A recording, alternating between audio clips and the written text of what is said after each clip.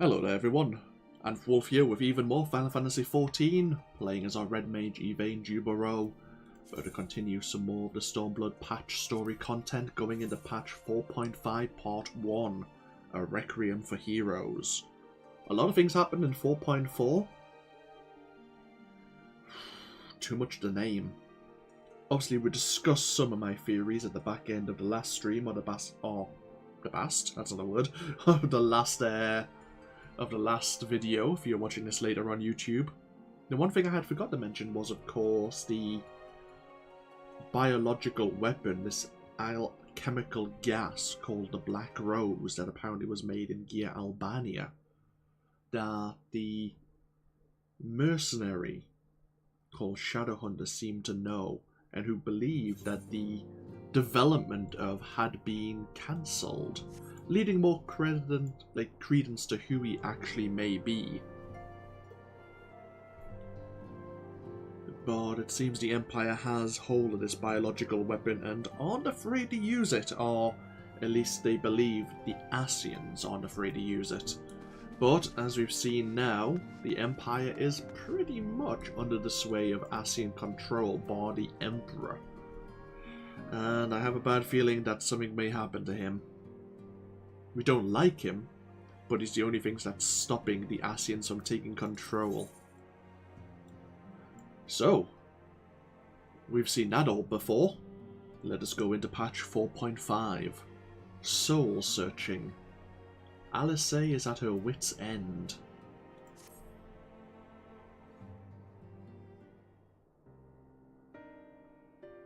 I'm glad you've come, though I'm afraid there's little in the way of good news.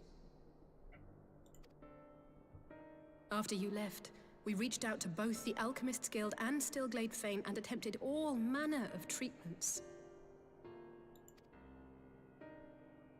But the results were always the same. Whatever the answer is, it's not alchemy or conjury.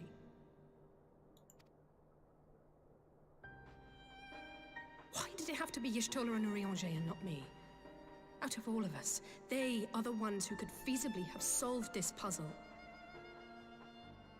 And Alphino's still missing. Gods, it's all going wrong. Where do we even start? A grave situation indeed. Might I be of some assistance? Trial?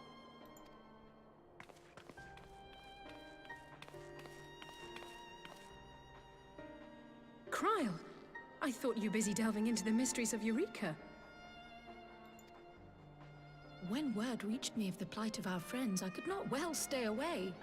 As a fellow scion, not to mention your erstwhile mentor, this is one of those times you should feel free to call on me, regardless of my personal circumstances. Yes, I should have thought of that. Thank you for coming, Kryl. We would welcome your insight. And I should be happy to provide it. Now, what's this I hear about Alphino heading into Imperial territory?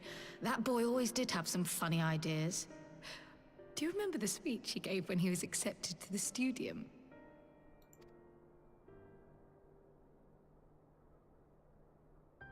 My life's goal is naught less than the salvation of this star.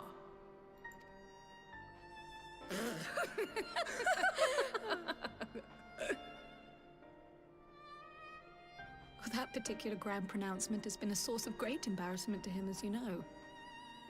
But the fact of the matter is, he meant every word and has lived his life accordingly. Yes, he remains altruistic to a fault, but I'm worried he was too fixated on his goals to see the dangers, as has happened before. You needn't be so concerned. Though his values remain the same, Alphino is not the blinkered boy he once was. Slowly but surely his eyes have been opened, thanks to a certain someone. A certain someone whom he'd be mortified to learn had heard about his little speech. Mum's the word, eh?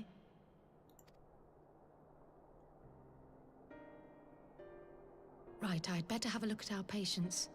They're in the infirmary, I assume. I'll need absolute quiet, so it would be best if I did this alone. If you'll excuse me.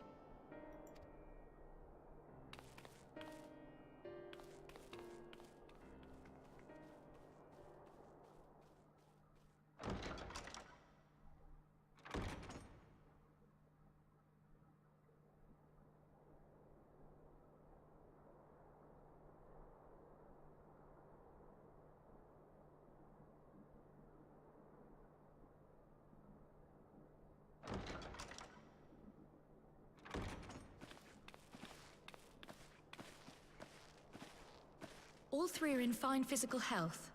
At a glance, I would say they were merely sound asleep. Except for the fact that I couldn't sense the slightest trace of them in their bodies. It's as if their souls have taken leave of their physical forms. Ah, yes. The Elder Seedseer made a similar observation.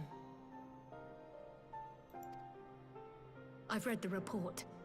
When you heard this mysterious voice, you described feeling as if you were somewhere else, yes? If we assume the ether which comprises your essence is being drawn to some other place, then it may be possible to follow the trail it leaves behind, just as we did in our search for Thancred.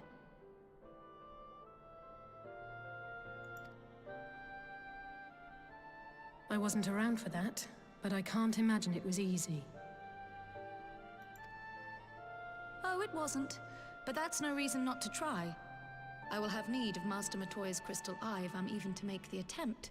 So, I suggest we pay her a visit.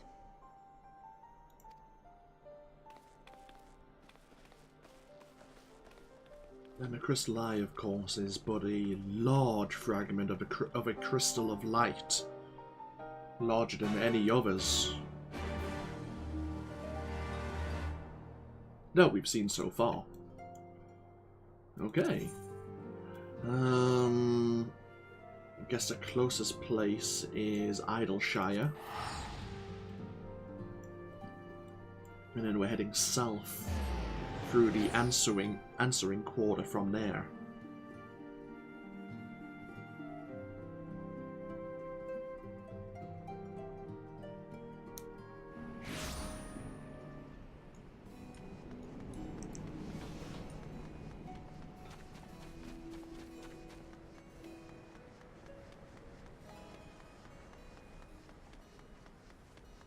I'm hoping later on this afternoon or this evening my company chocobo will be ready to be retrieved from the stables, dyed appropriately.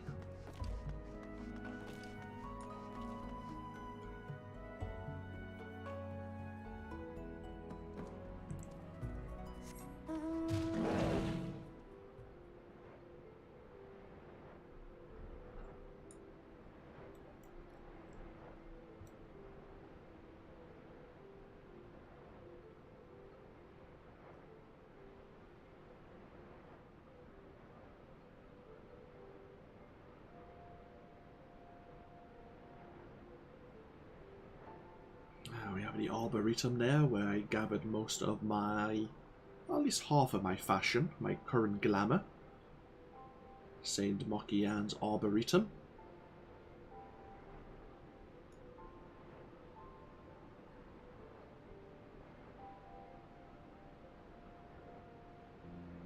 I still mean to find another bit of glamour, but since I'm going to be considering what class I may play as in the Shadowbringers expansion, I may just hold out a little bit longer while I consider that step.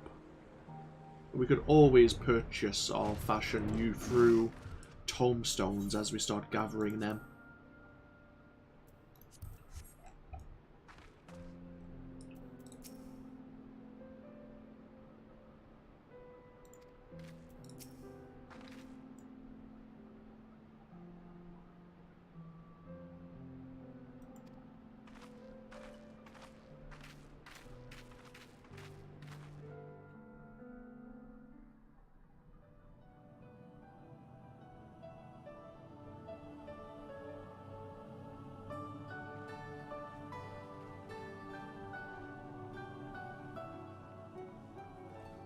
Come to disturb my peace again, have you?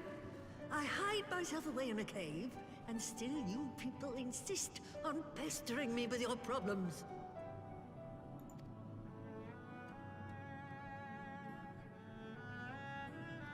Oh, I mistook you for young what's-his-name, but I see now you're the sister. Weren't you supposed to be the lively one? I've seen happier faces at a rain-sodden burial. Well, I'm sorry to dash your expectations, but the situation isn't exactly conducive to gaiety. that's more like it. Stoller used to spit and hiss like a wildcat too. Better for a young thing like you to be filled with fire and leave the doom and gloom to your elders. Now, what exactly does this tragic situation of yours have to do with me? If I may, Master Matoya, we have need of your crystal eye once more.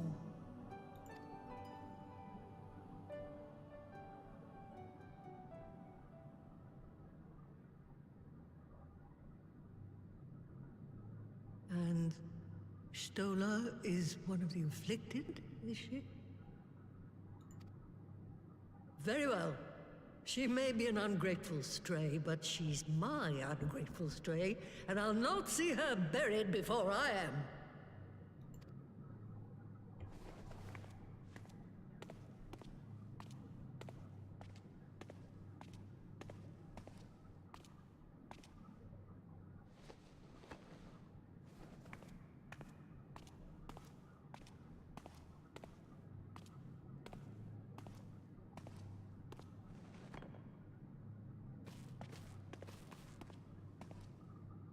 Right. Let us see what we can see. I'll begin from where our friends first fell, and cast my senses out from there.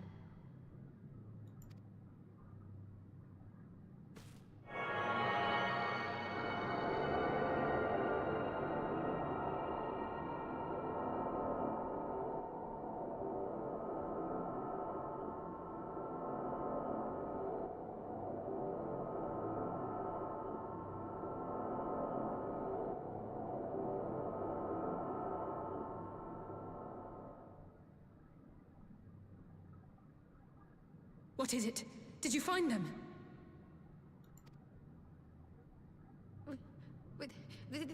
This doesn't make sense. How is it even possible? How is what possible? Kryl, what did you see? The threads, they just ended. And no, I didn't lose track of them. I followed them as far as they went. It's as if they were cut off. Could their ether have dissipated if it had? Oh gods! Their bodies are just husks. It's like the broodmother's daughter all over again. No, this is different. The Kalyana girl was already dead, body and soul, when Lakshmi effected her resurrection. Aye, let's not jump to conclusions. If their physical forms yet breathe and show no signs of wasting, then it follows that their souls must still be intact somewhere. But where? That's the question, isn't it, girl? Death has not taken them to the ethereal sea, yet there are no tracks left for us to follow.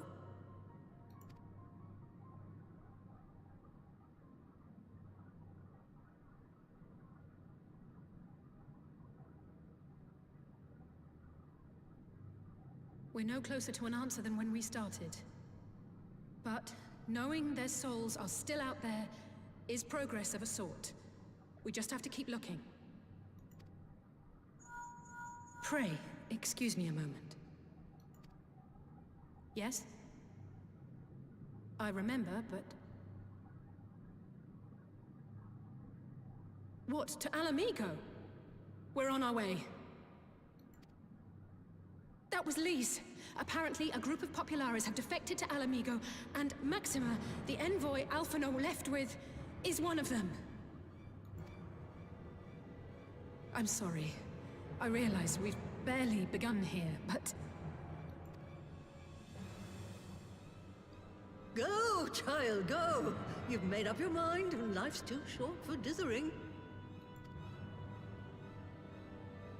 I'll do some digging in the meantime and see if there isn't some other method we could use to continue the search. Let's be off then.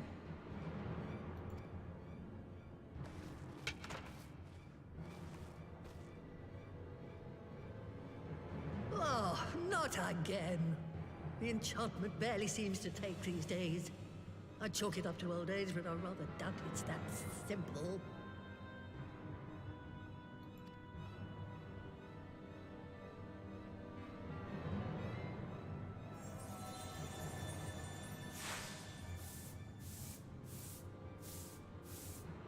Before they took ill, Y'shtola and Eorzea were sharing notes on a thinning of the ether. It seems to be happening all over. Does it now? And here I was, all set to blame my woes on that creaking mountain of refuse clogging up the Thaliac. I fear something has gone awry. Still, there's naught to be gained from starting in shadows. You can only do what can be done, and that but one thing at a time.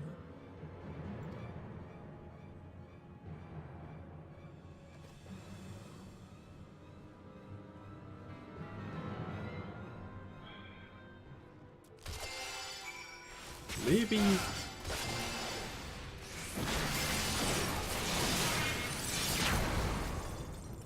Maybe it comes to reason that...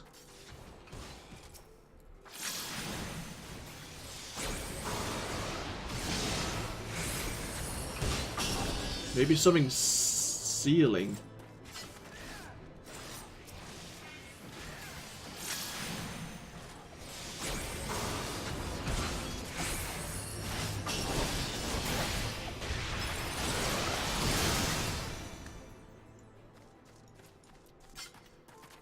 Maybe something's claiming all the ether, drawing at the one place.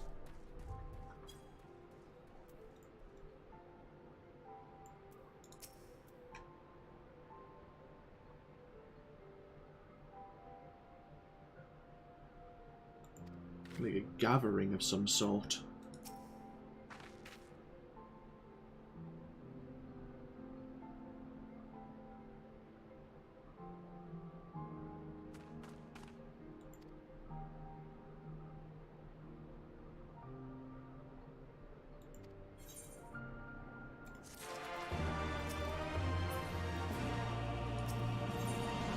A defector's tidings. News from Alamigo has left Eorzea in a state of nervous excitement.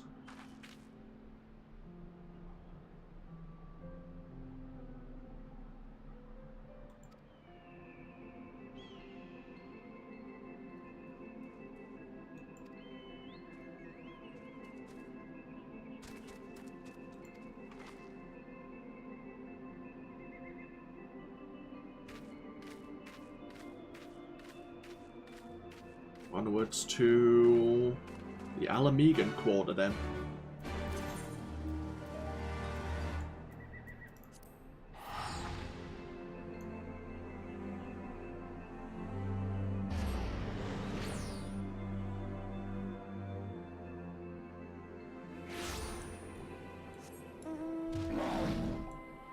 So it seems Maxima made it to Alamigo, which is quite a distance from the western edge of Othard. How did he make it here?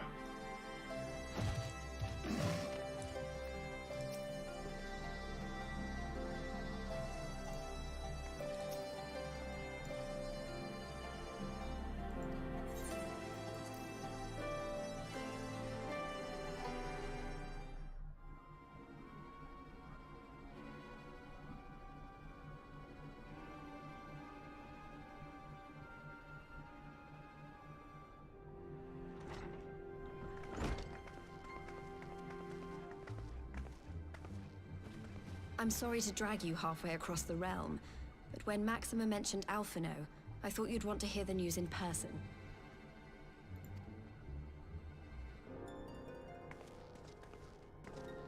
Ah, we meet again. Though I was hoping our reunion would be under more auspicious circumstances. What happened to my brother? Where is Alphino? Never fear, my lady. Your brother was in fine health when I took my leave of him, and I have no reason to assume that has changed. You assume? If you will allow me, I shall endeavor to explain events. Our troubles began not long after we departed Doma. While crossing the burn, we were fired upon by the Emperor's personal guard and forced to make an emergency landing.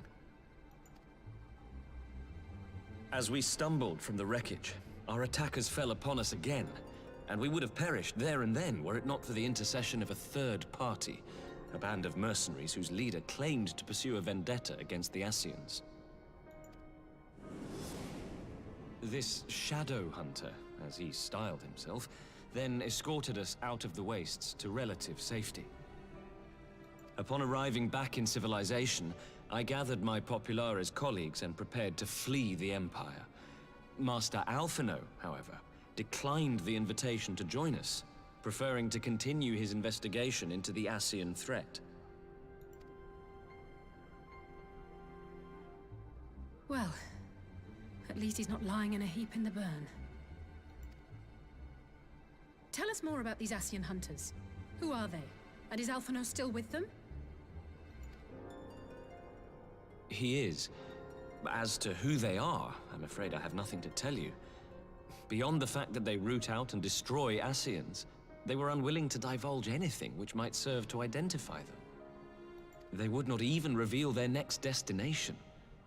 But Master Alphino asked to accompany them all the same. Since parting company with your brother, we've been engaged in a game of cat and mouse with the Emperor's guard. We made our way through province after province, finding the army busy restoring order wherever we went, until we finally arrived here in Alamigo. I cannot thank Commander Aldin enough for giving us such an unexpectedly warm welcome. I'm not inclined to turn away refugees, no matter which land they call home.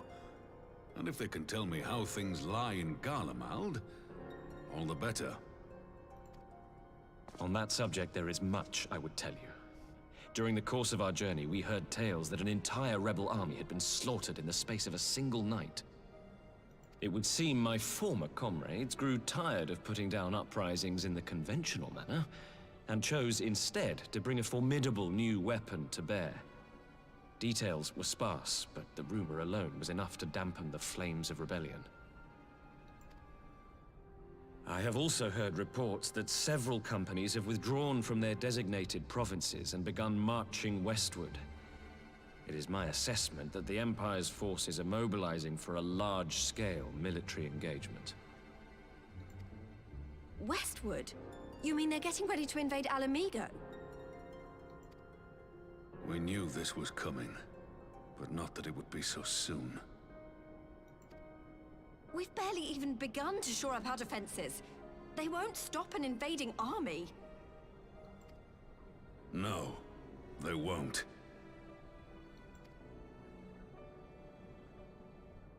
Dispatch messengers to the Alliance leadership requesting reinforcements, and send word to our officers in the field to hasten completion of those border fortifications. Prepare to meet the Imperials head-on! It's going to be Cartano all over again. No matter how quickly we act, we still want for time. When the enemy comes into view, our best recourse will be to open negotiations with their commander, and see that the ensuing proceedings take as long as possible. Would you and Alize head to Doma and let Lord Hier know about this? I'm sure he'll want to hear about Alphino too. Consider it done. We'll send word when...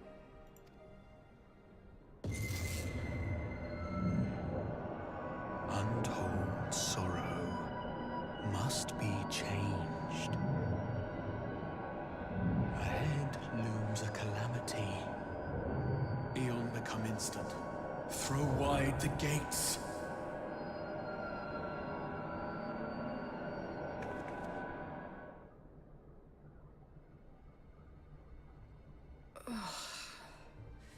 You heard it too. Well, at least we're both still standing. I thought Eorzea was done for there. Oh, thank the gods. I thought we'd lost you for a moment there. Why does this keep happening? I wish I knew. Nothing we've tried has brought us any closer to an answer. We'll keep working on it. But first, we need to go and see Lord Hien.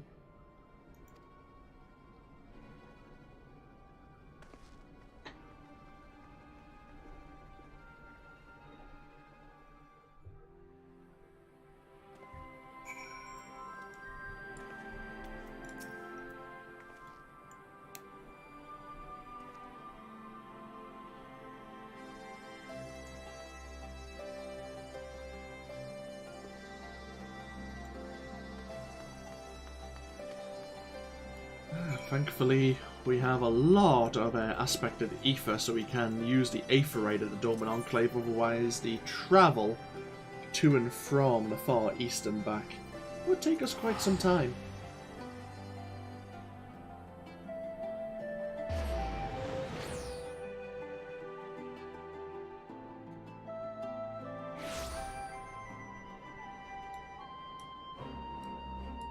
Oh. I had to get my bearings there for a moment.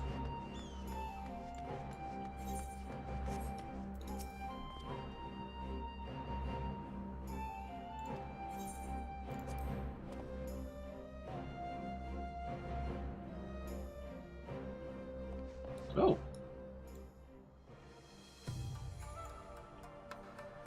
All of the emissaries here.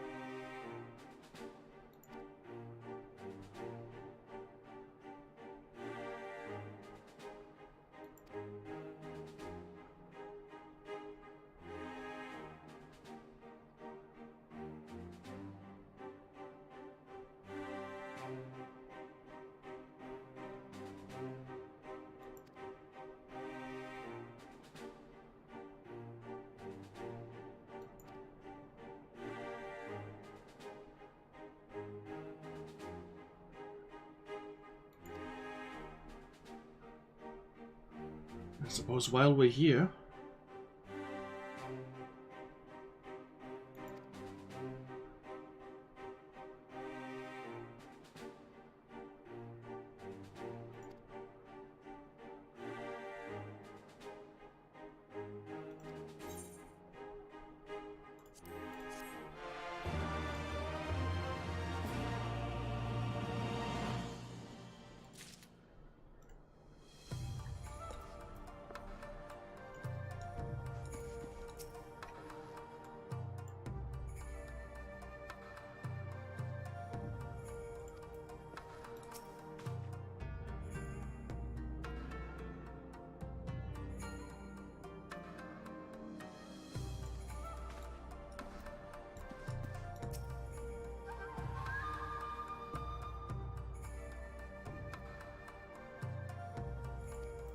bloody hell. Hello there, Chicken Tiger.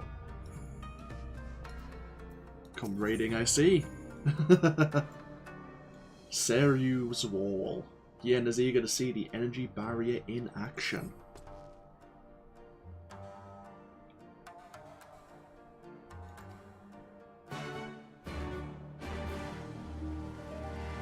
Once more, we are travelling over to the House of the Fierce.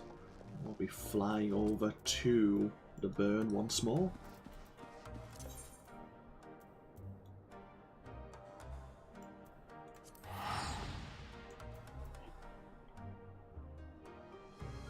I am indeed, yes, this is 4.5 Pod 1. It seems that the Imperials are gathering their strength to strike at Eorzea.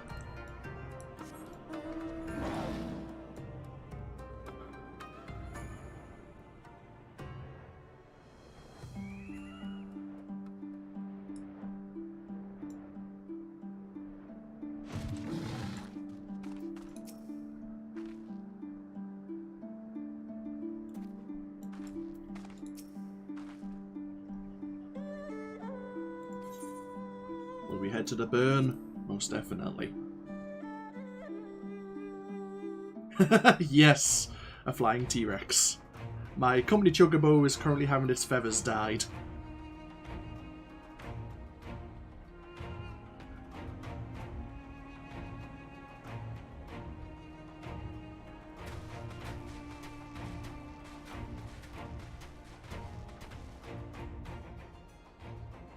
It seems the engineers have matters well in hand. Should the barrier work as we intend, Doma will be free to reinforce her allies in Alamigo without fear of weakening her own borders. Honored friends, the time has come to put your hard work to the test. Start the generator.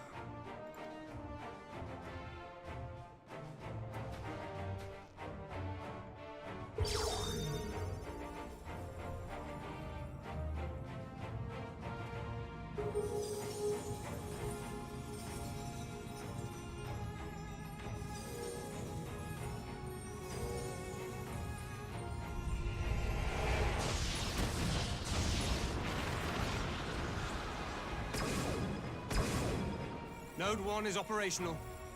Nodes 2 to 8 are reporting similar energy levels. The barrier is forming.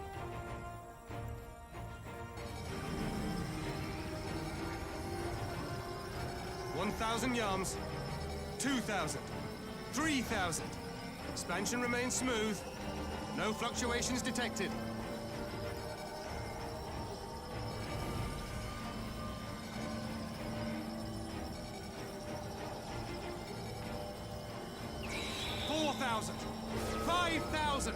Target altitude reached. The barrier is holding steady at 5,000 yards. We've done it.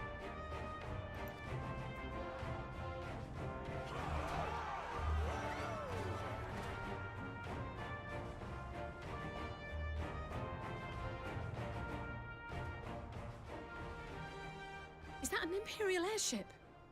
Of all the rotten timing. But this is a gift, Mistress Alize. They can test our new wall for us.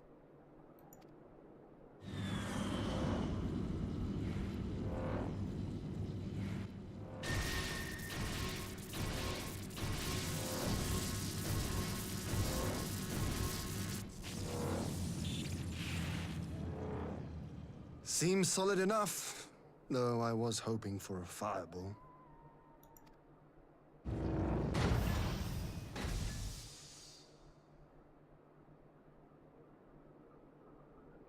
Is Alpha No on board? Hey, it looks like the mercenary Shadow Hunter.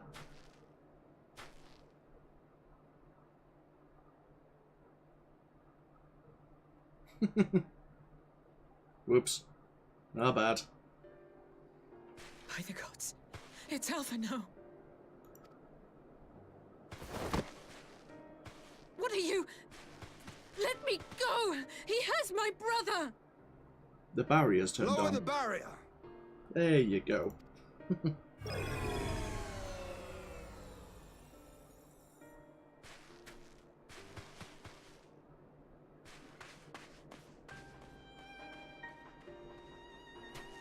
Will we actually hear his voice now?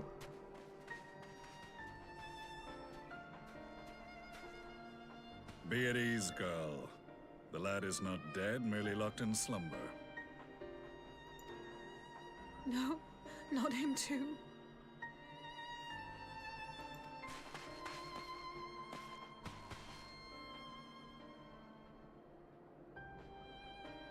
He was affected by the voice as well.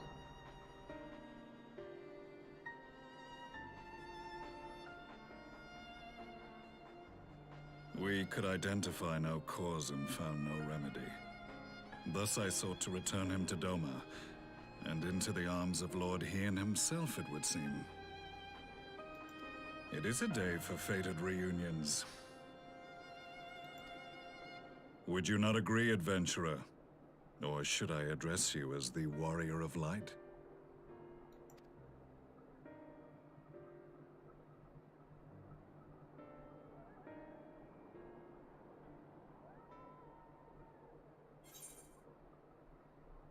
Hello, Gaius.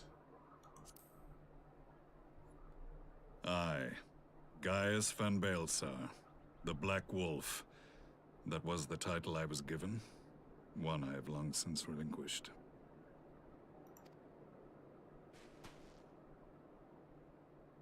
Stand down.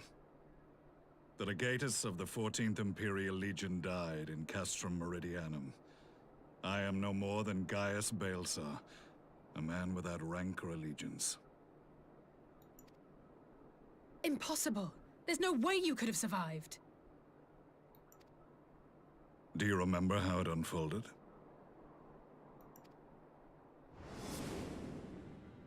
How I was deceived by La Habrea? How I was convinced that reviving the Ultima weapon would allow me to bring peace to Eorzea? The Ascian used me, as he used so many others, all to further the restoration of his wretched god. Yet even with the might of Alec at my command, you bested me. And as the Praetorium went up in flames, I was content to burn along with it. For a moment at least. A moment of folly. To surrender my life thus would have been to betray all who died for my cause. It was for them that I dragged myself free of the rubble, and swore vengeance on the Ascians.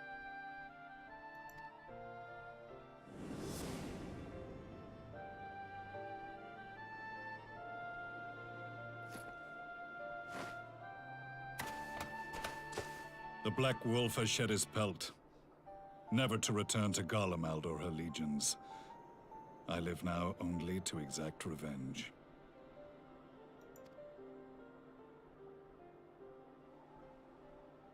My principal quarry was to be La Habrea, whom I gather you have since ushered onto oblivion. But so many more remain.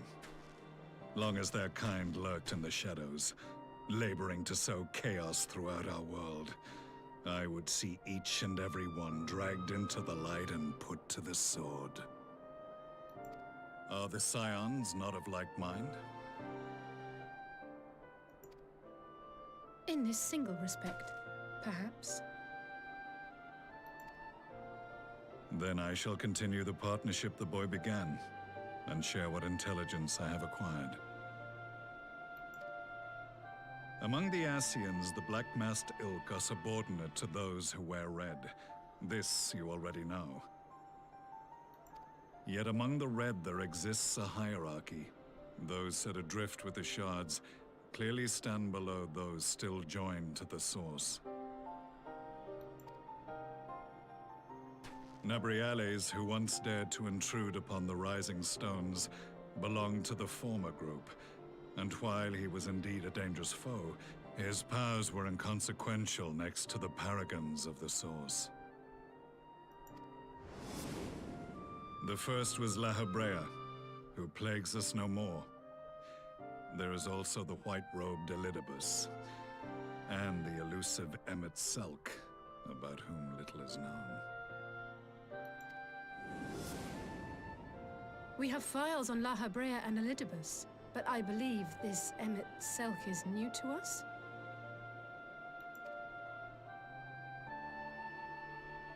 As I assume my brother told you, we have evidence to suggest that an Ascian now walks in the body of the Crown Prince. Have you identified this interloper? Elidibus seems the most likely culprit. As emissary, it is his role to maintain the equilibrium between darkness and light. Your many deeds in Hydaelyn's name have upset the balance, and I believe he seeks to restore it by throwing his considerable power behind the Empire. As a leader of the Ascians, he is one of our primary targets. It was on the trail of this very prey that the boy and I came across the scene of a failed uprising. In the absence of a single Garlean casualty, we inspected the bodies of the rebels, and the lack of any external injury drew my immediate attention. They had been slain by Black Rose, an alchemical invention of the Imperial Army. When I yet served as legatus, I ordered its production halted, and all stockpiles destroyed. Toxic gas is not a tool of conquest, but of extermination. Toxic gas? This must be the new weapon Maxima warned us about. Something deadly enough to sweep away all resistance in a matter of hours. Gods. You don't think they're planning to use this in Alamigo, do you? Put your fears to rest. We infiltrated the production facility and destroyed all existing stores of the chemical along with the plant itself. Even should they rebuild the operation, they will not soon manufacture another batch. Regardless, I would draw your attention to a directive we discovered in the plant's records. The document was marked with a recent date and authorized with the signature of one Zeno Ciegalvas.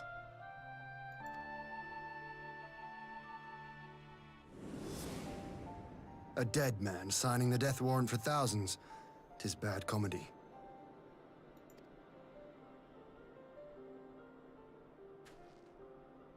But the tale does not end there. Within that same facility was a chamber filled with devices of elegant design. Cloning technology, we realized. And what should we find in each and every incubator? But a young Emperor Solus.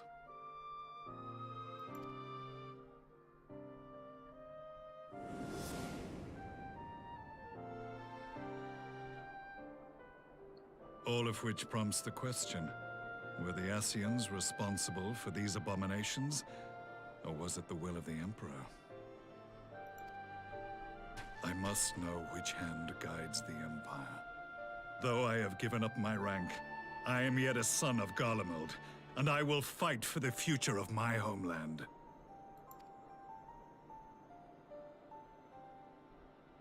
It is time I return to the hunting of shadows. We should focus on our common foe. To reopen old quarrels now would serve no purpose. You saved my brother's life, so I'm willing to let sleeping dogs lie. But in truth, it's not my decision to make.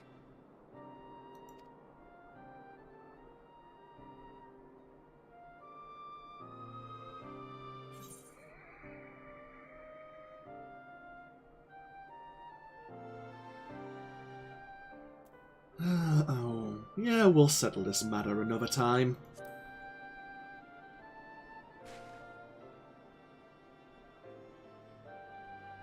There was a time when I scorned those who placed their faith in false gods, even as I, in my blinkered conviction, place mine in Ascian promises. Unlike yours, my strength of will and my restraint was found wanting. We shall meet again, warrior of light.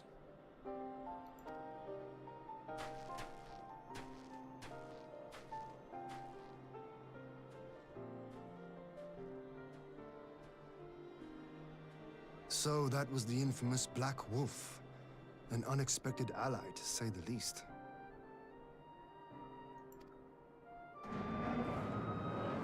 It's going to be great to explain to the Eorzean Alliance. Well, I am content to leave the fine-tuning of the barrier to cleverer minds. Let us bid our friends from the Ironworks farewell, and see what can be done for Alphino back in Dorma.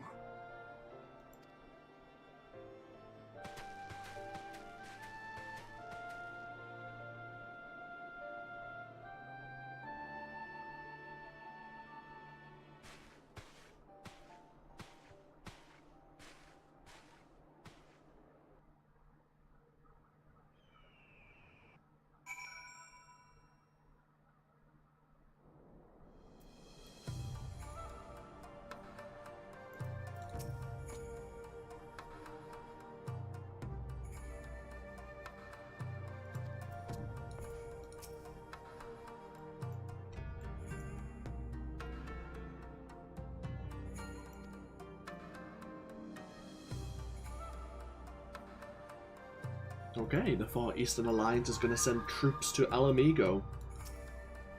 We're probably going to need them.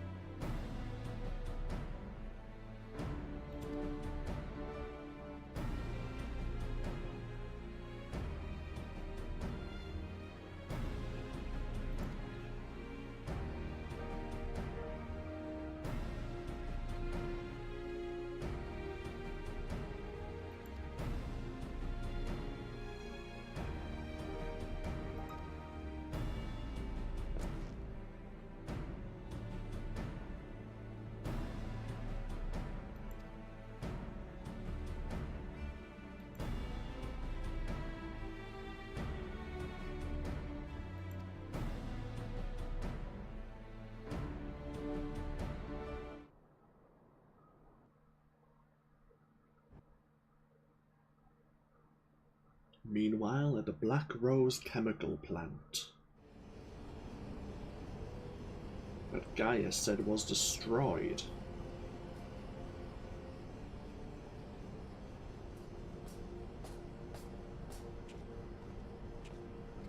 Our supplies at Black Rose have been ruined, but the new plant is already under construction. We should have the first batch ready in time for the offensive, Your Radiance. See that you do.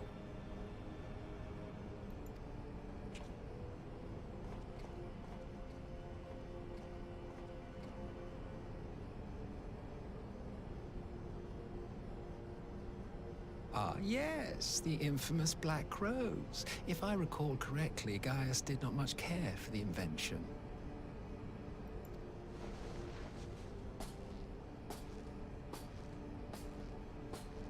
A ruthless and indiscriminate weapon indeed, this airborne poison. It seems you are capable of making decisions worthy of your bloodline. With no gift for sorcery, we Garleans must look to Magitech to even the odds. If it spares the needless deaths of our soldiers and serves the cause of this empire, there is no method I would not employ. How very noble of you. Truly, though, I must commend you for embracing your role as Emperor. You play the part of the determined ruler well. Sometimes even I catch myself believing.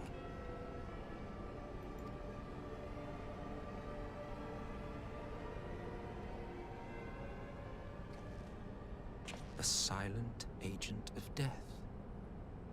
Now that I think on it, Black Rose may well possess the perfect aspect.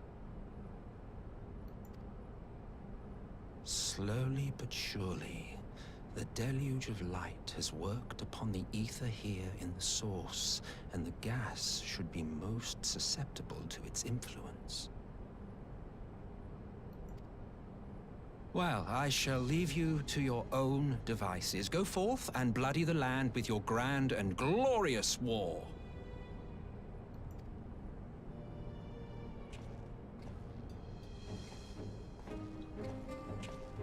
While you do what, precisely?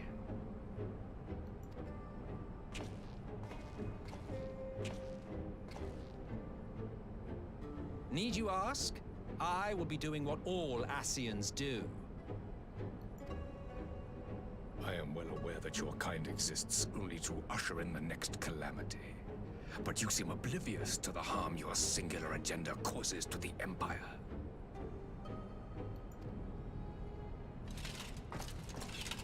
You cannot have forgotten the events which followed your mortal demise.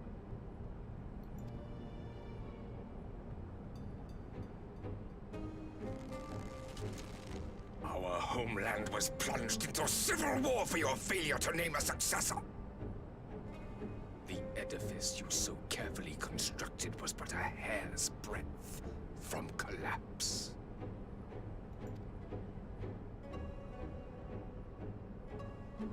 Are you truly so naive? You thought me oblivious to the consequences of a departure so painstakingly timed? He wanted the Civil War. It was by design? Well, of course it was. Though I will admit the resulting panic exceeded even my wildest expectations. But how can you be surprised? Throwing the world into disarray was the very purpose for which this nation was, as you say, so carefully constructed.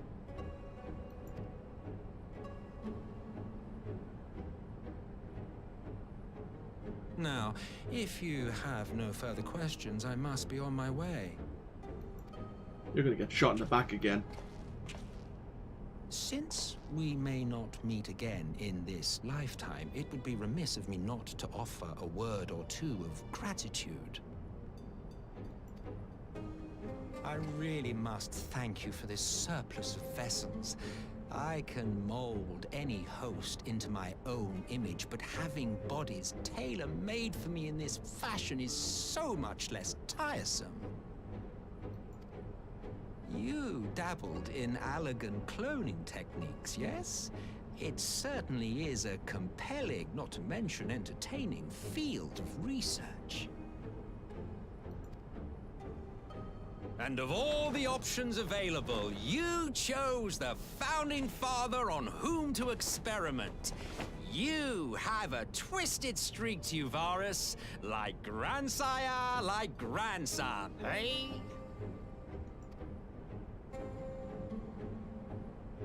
If events play out as planned, this will become something of a family enterprise. You will be the capstone of this world, I the anchor and shard, and together we will give the lie to this star's fraudulent existence.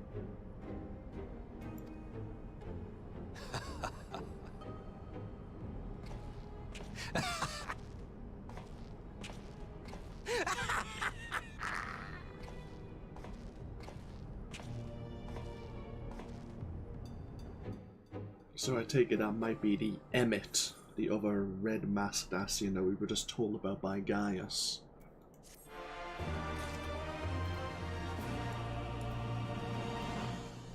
Oh dear.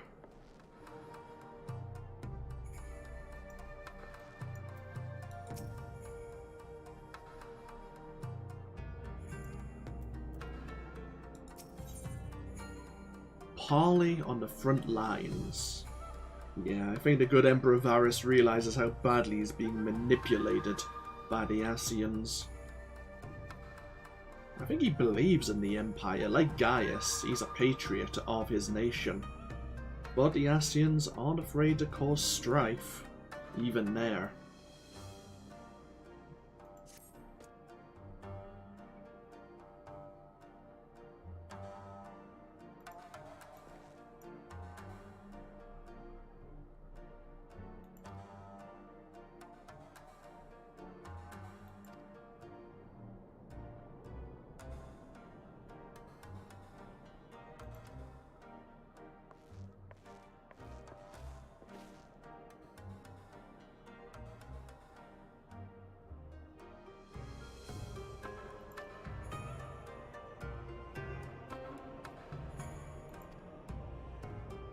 Okay, it seems we're heading over to Port of Praetoria in the locks. We're not actually going to the Alamegan Palace, which is interesting. But okay, so be it.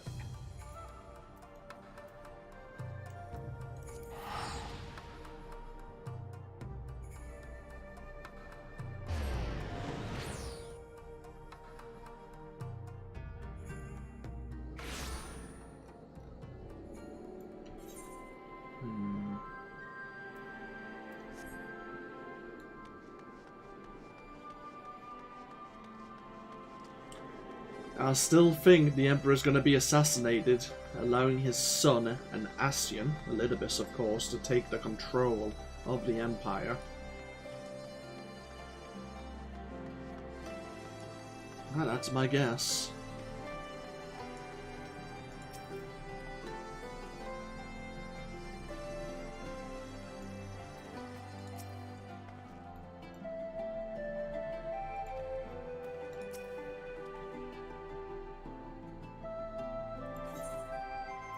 Okay, to Alliance HQ.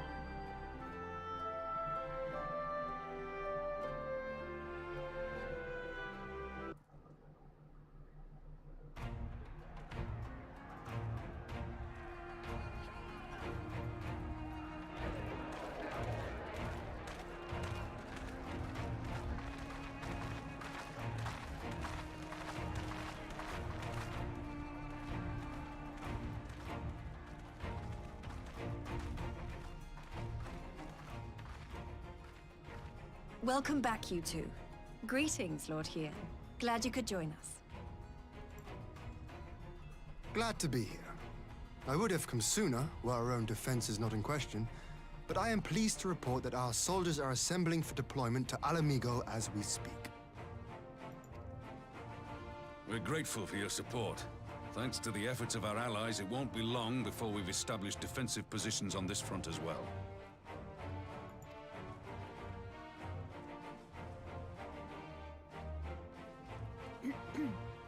We have some good news too. Alphino has come back to us. As for the bad news,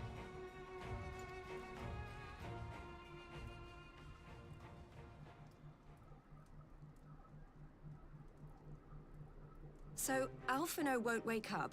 Gaius van Baelsar is alive and hunting Ascians, and the Empire is planning to poison us all with toxic gas. Does that sound about right?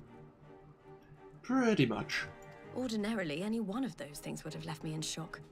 But the way things have been lately, it's all starting to seem pretty normal. Getting back to your report, are we sure this Black Rose is the weapon Maxima was talking about? It fits the description. And it seems we have Alphino to thank for sparing us an early demonstration of its effectiveness. I have a feeling this won't be the last time his bravery in the Empire will serve us here in Eorzea. The threat of an unknown weapon has had us all on edge. But now that we know what we're dealing with, we can take steps to defend against it. As for Gaius, I'm not sure what to think. Am I happy he's alive? Not in the slightest. Am I happy he's hunting Ascians? Aye. I'd have to say I am. Oh, speaking of Garleans you didn't expect to see, we have a tale of our own, as it happens. When we sent envoys to the Imperial Army to request talks, they returned with the message that Varys Zos Galvus would be attending.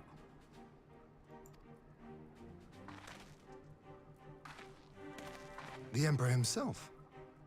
Well, Varys did sanction the Popularis peace mission. But knowing that an Ascian walks in his son's skin, I do not see how we can trust him or anyone from that nest of vipers. The Alliance would proceed with negotiations regardless, if only to give ourselves more time to prepare. We do, however, require your cooperation. Right. Yes. So, as a condition for the talks to go forward, the Empire has requested that a member of the Scions be present. There'll be a representative from each Alliance nation, of course, but I'm afraid we have to ask that you come along too.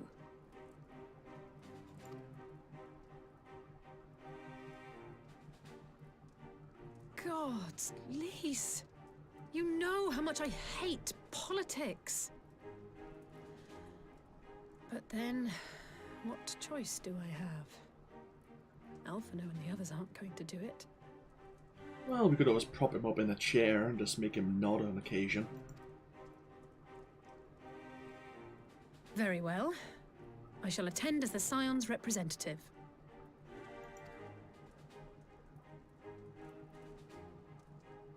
In case you're wondering why I didn't ask you, the Empire also requested the presence of Eorzea's champion.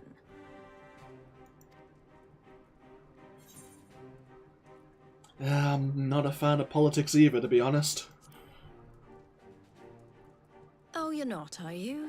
Come on, if Alisaie can put on a brave face, then so can you. Now, we don't know what Varys means to bring to the table, or why he wants you there, but having you close at hand should make all the difference. The meeting will take place on the border. Anticipating an early assault, we mean to position the bulk of our forces nearby. The Alliance leaders should already be on their way. Once you're ready, we can head out and join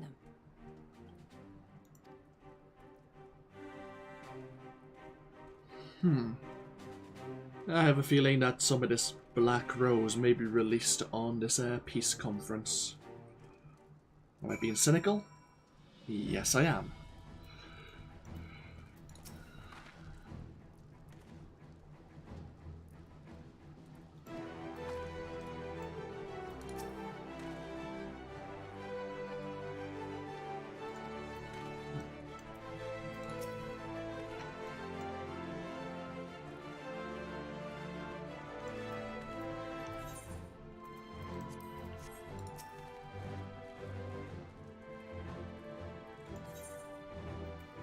Let's have a parley with the Emperor himself.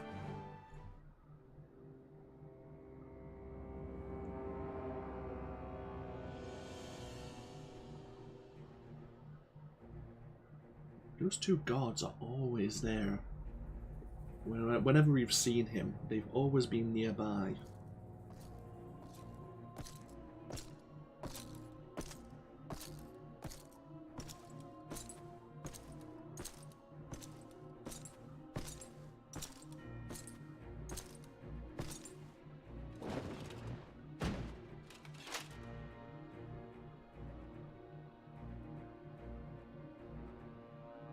Esteemed representatives of the Eorzean Alliance, on behalf of the Garlean Empire, I thank you for inviting me here today. As this parley was convened at your request, I invite you to speak first. Very well, Your Radiance. I, Nanimo Ulnamo, 17th in the line of Ul, should be pleased to oblige you. As recent events in Alamigo and Doma have made plain, the subjugation and exploitation of neighboring nations is not a sustainable policy. Should this day end in war, you may very well defeat us, but you will never extinguish the people's desire for freedom. Though it may not be in our lifetime, there will be another revolution, another war, and the cycle will continue.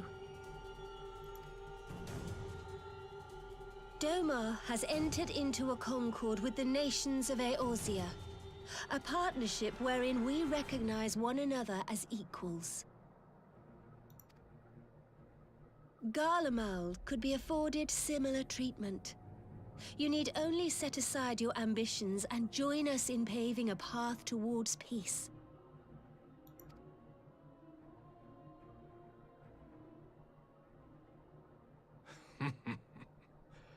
You will not win me over with sophistry, Your Grace.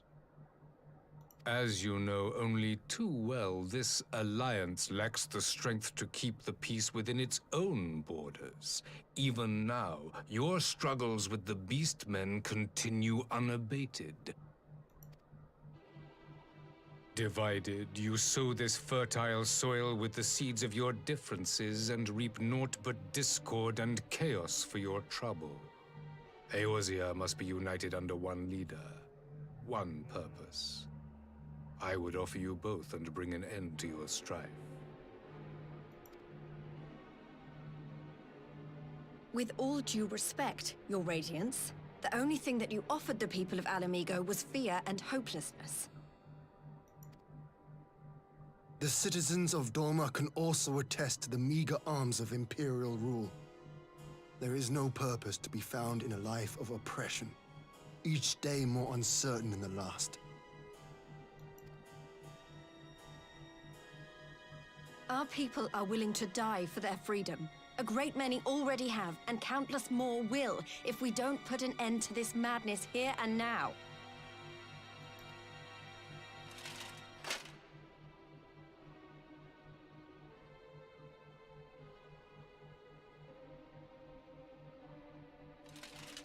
We brought order and stability to your lives. This madness and bloodshed is of your own making. You broke the peace, not Garlemald. Peace. Order. You kill our peoples, despoil our lands, take everything that is ours. And what? You expect us to lick the boot that grinds our faces into the dirt?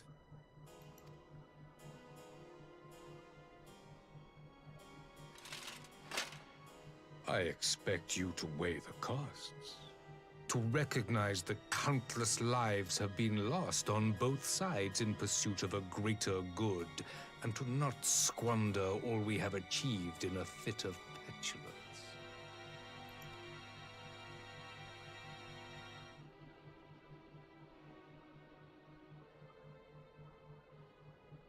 Your Radiance, I fear I can personally attest to the dangers of pursuing one's vision with such righteous fervor. For 1,000 years, the Holy See of Ishgard waged war with dragons.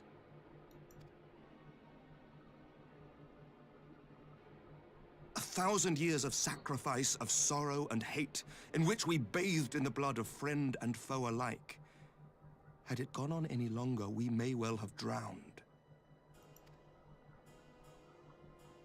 Yet we have chosen to raise ourselves out of this bloody spiral, and have since made peace with our former enemy. So I understand. No doubt the dragons were more receptive to your overtures in the wake of their leader's demise.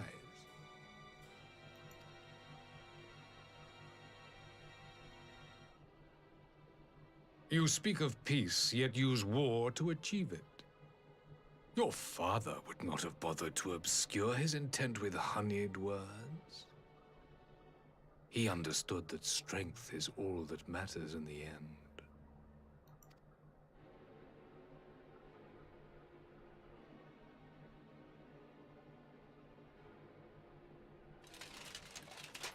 Without his clarity of vision, I can but wonder what will become of Ishgard and her people.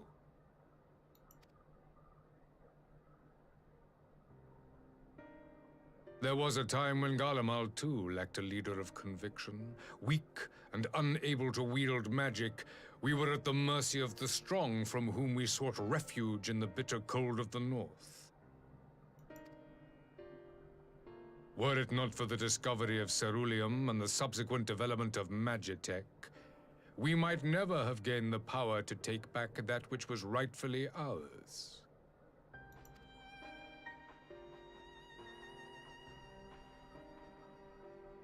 You speak as if your people were the first to have been driven from their homes. Limsa Lominsa was built by wayward souls in search of a place to call their own. On the shores of Vilbrand we found it, and from those humble beginnings did we grow and flourish. And all without robbing our neighbors of their liberty.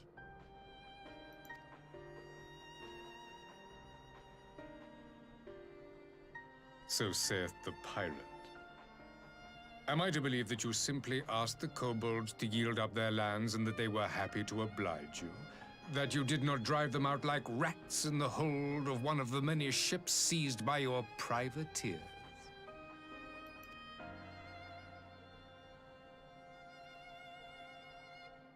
I will concede that after centuries of exile, reclamation may be mistaken for invasion.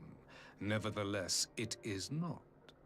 And those who till stolen soil have no right to object when cast out in turn.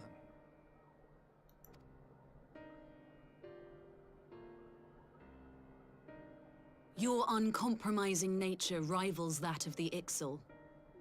They too lament circumstances which they themselves perpetuate. Were they but to embrace peace, we would welcome them with open arms. Indeed, some few have done just that, and now receive of the Twelve's Wood's bounty. Would that your people might learn from their example.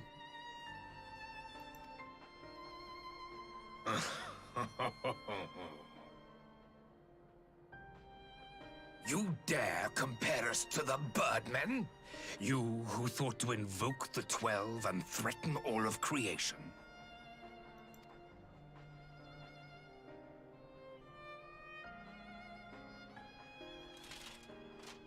I came here in the hope of finding some speck of common ground, but I see now these discussions will accomplish nothing. Despite what you people may believe, I am not wont to choose the sword over the olive branch. 'Tis but a pity men are loath to accept one without first being shown the other.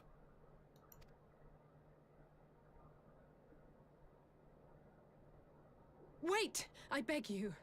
This meeting was supposed to be a chance to find a way forward together, not to bemoan the missteps which brought us here. Please. If you truly consider violence a last resort, there must be a way we can come to an agreement.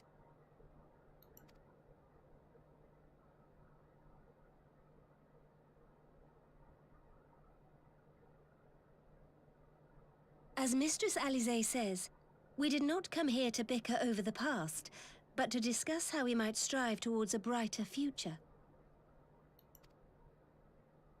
Emperor Varys, may I suggest a short recess, that all present might compose themselves prior to beginning anew?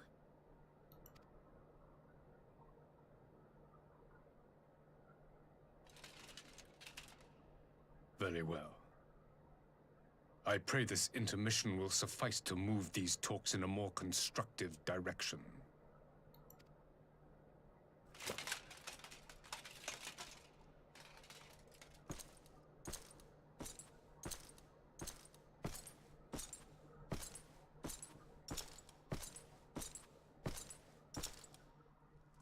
He's really bloody good. He basically shot down everyone's arguments.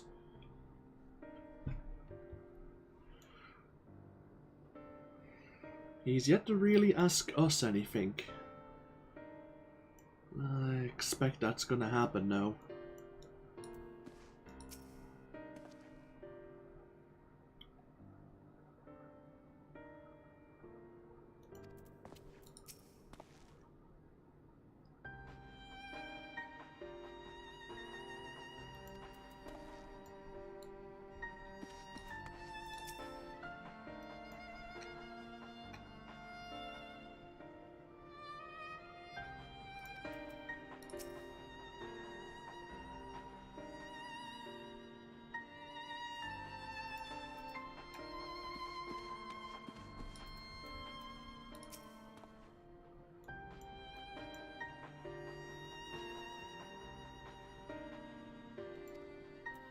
The fact that the Emperor is able to come here and talk,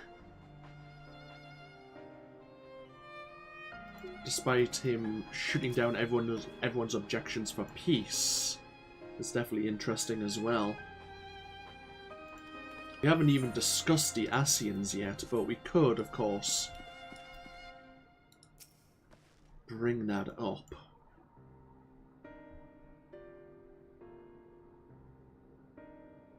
That is also true.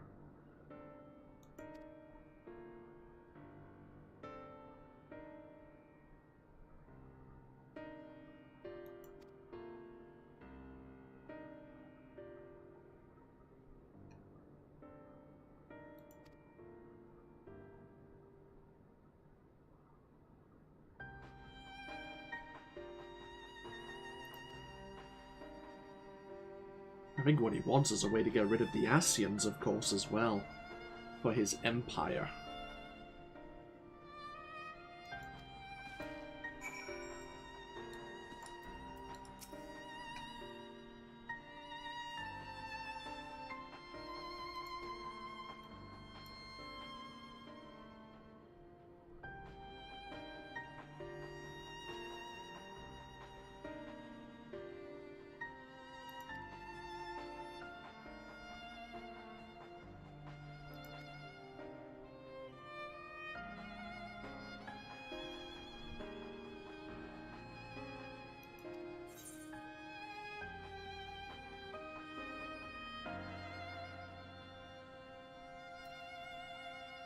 Yeah, everyone needs to give obedience and worship to the Emperor.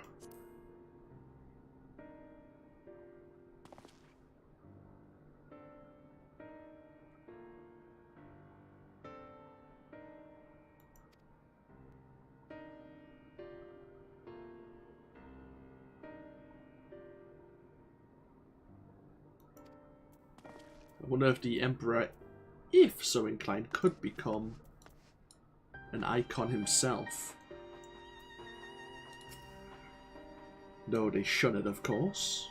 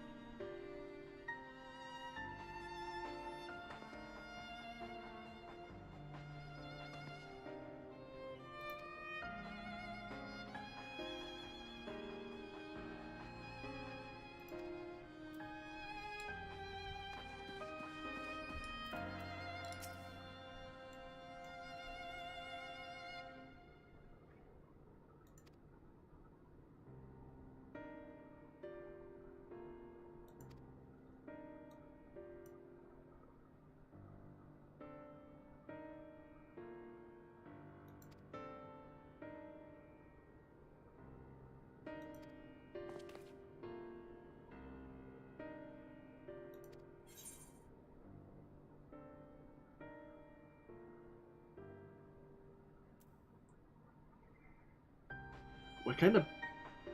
I wonder if these decisions will help prompt the Alliance leaders to go forward in the negotiations in a certain way, or like sometimes they don't mean anything.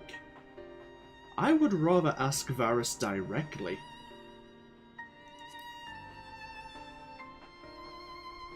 Though that might go horribly wrong. Well, we'll sharp find out.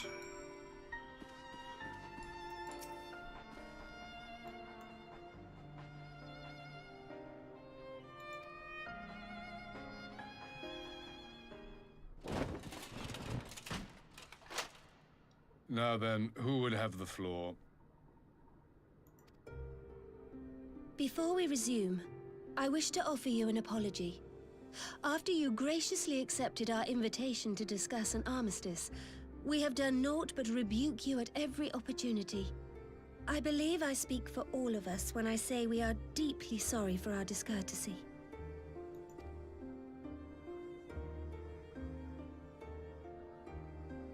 I'll admit your familiarity with our affairs surprised me, and served to remind me how little I know of yours. I think all here can understand the desire to reclaim one's homeland. But why expand further? That is my question. If I may, the answer can be found in the Imperial doctrine they took great pains to impart to my people. Recognizing the threat icons posed to the world, Solus Zos Galvus decreed that they were to be eradicated. To this end, he began a campaign to unite all lands under the Garlean banner. Or so we were taught. Yet the Emperor only reached the burn, the Barrens said to have been laid waste by icons, after conquering all the lands that lay between. What is more, I am quite certain the practice of summoning was not nearly so widespread in the days before the Empire's founding. When you put it like that, it all starts to sound like an excuse, doesn't it? But to distract from what? Why are you really waging this war?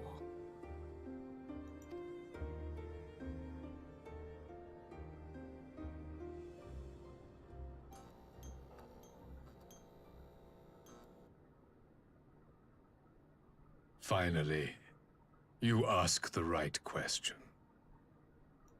I can but hope you heed mine answer and at last accept the righteousness of our cause. My goal is this: to return the world to the way it once was, the way it was always meant to be. In doing so, mankind will be made whole once more.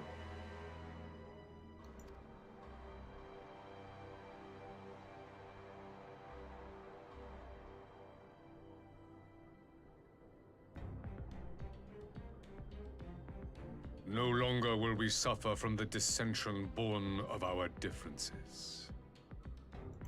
There will be but one race, a perfect race, as we were when time began. What in Rorga's name are you talking about? I am talking about the origins of the star, of the source and its 13 reflections. The rejoining. At the instant of the great sundering, 'twas not only the world that was shattered, but mankind itself. Thus were we divided into myriad races, each with its own unique imperfections. That is why man looks upon his neighbor and feels fear and hatred, why he wages war, why he kills his brother. You all in your own way have proven as much today. The peace you seek is but a fleeting solution to a fundamental problem. One which calls for more drastic measures. To bring about everlasting peace, our worlds must be rejoined.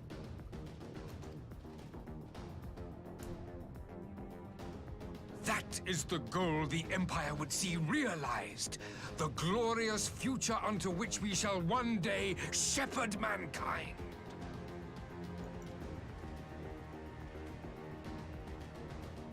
A rejoining of worlds. I have heard this tale of the Source and its reflections before. Are these not the self-same desires as the Ascians? Emperor Varys, do not trust in their words. They will lead you to your doom. My father thought to use them, but in the end he succumbed to their temptations. He embraced summoning like so many other pawns before him. Do not tell us you mean to do the same.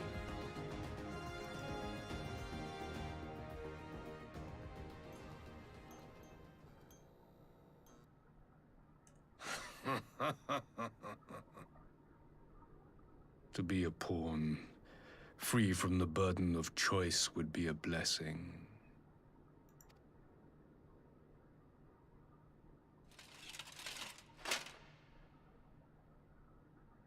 But I forswore that privilege the day I learned that the Garlean Empire was built by the hand of an Ascian. What?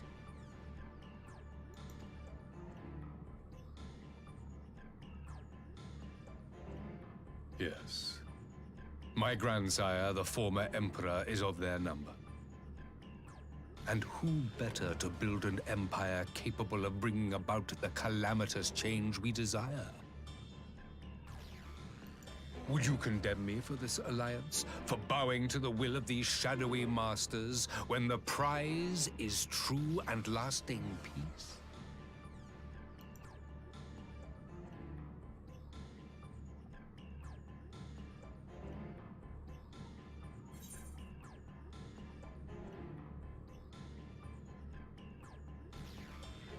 I'd say your prize is a lie.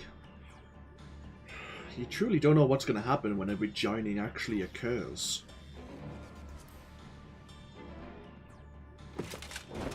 I come not to conquer, but to liberate. To free man from the prison of divergence.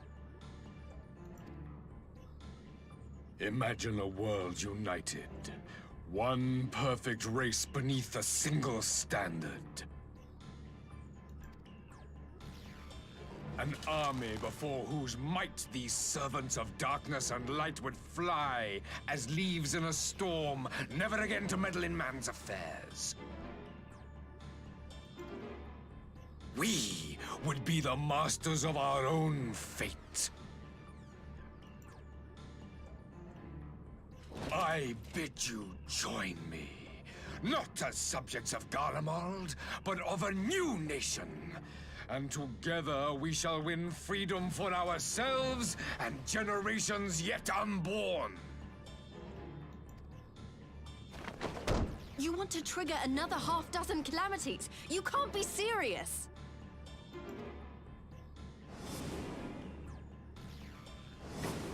Have you forgotten how many died?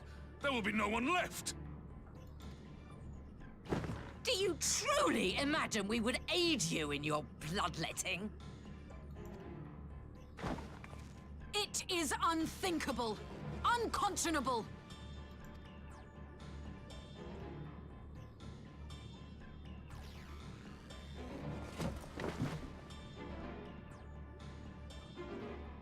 And what is the alternative?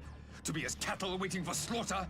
I would have us work together, that we might take fate into our own hands. Into your hands, perhaps.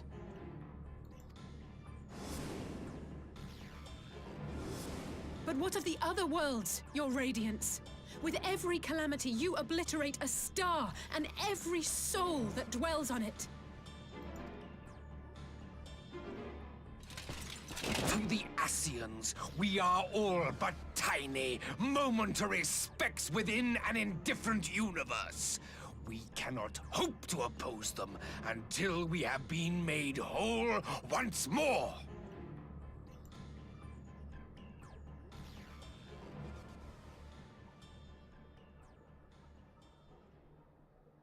Are these truly the words of Garlemald's ruler?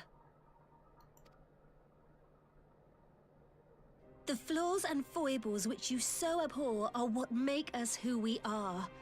Every nation, even yours, Emperor Varys, is made whole through the combination of these imperfections, the strengths of one compensating for the weaknesses of another. While it is true that man succumbs all too often to anger and avarice, he may yet overcome his baser instincts through the forming of bonds with others, fostering community and cooperation. That the protector of an empire should not only reject these fundamental truths, but seek to change them at so dear a cost to life is indefensible.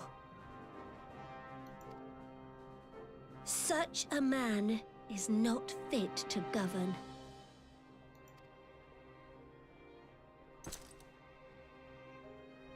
And you, warrior of light, would you refuse me as well?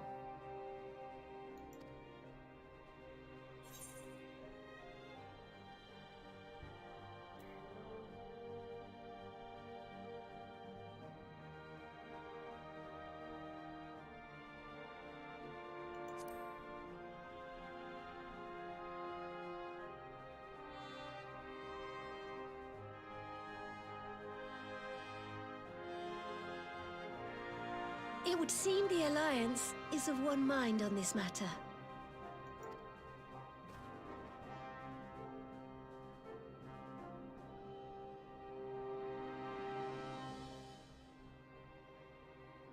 You Eorzeans never cease to disappoint me.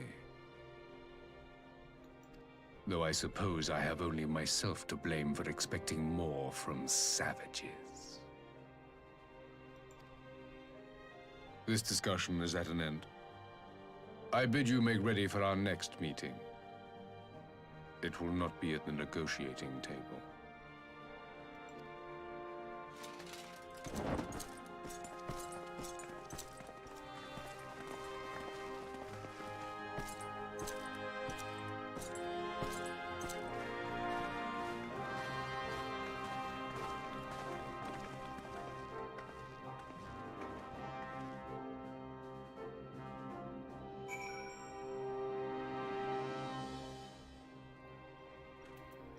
We never did broach the subject of his crown heir apparent being an Ascian.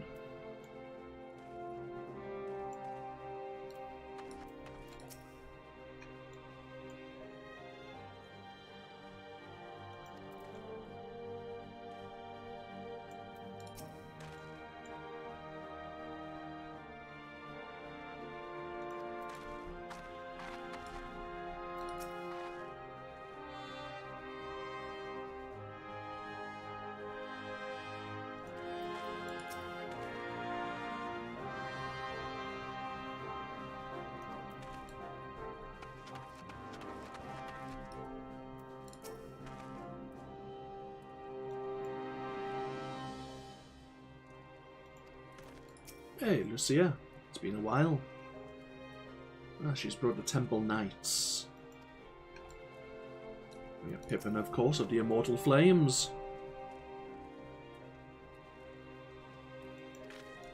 We have Mistbeard himself.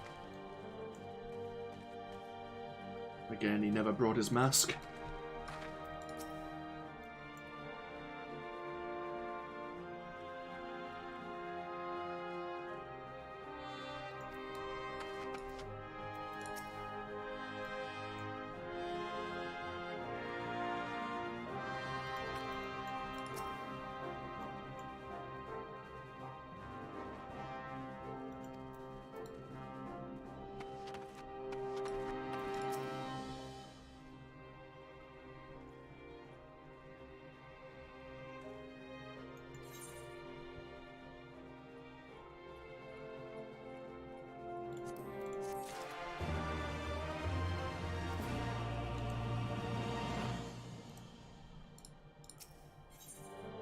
The face of war. Having listened to the Emperor Varys' maniacal plans, Lys is ready to go to war.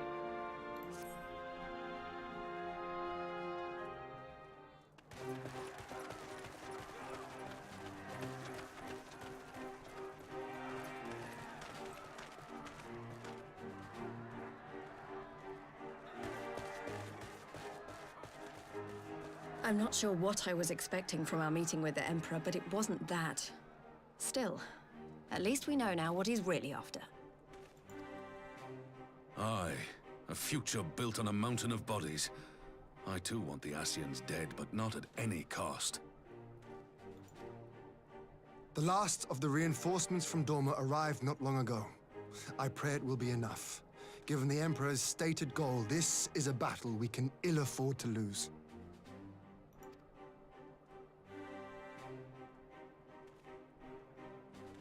If the Garleans come in force, we may not have much say in the matter, even with our combined strength. We knew from the first that the odds would be against us. But if there is even the slightest chance of victory, we must do everything in our power to seize it.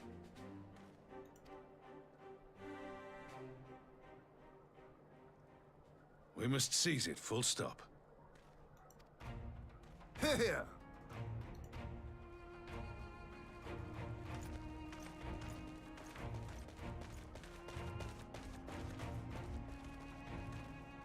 The two of you are to join an irregular unit and support the main host. I won't bother asking if you're minded to fight. After coming this far, how could I not? And for once, there's no one around to countermand me. Not that they would. Not even my brother. But we all know who'll really make the difference. Ready to frighten some Garleans?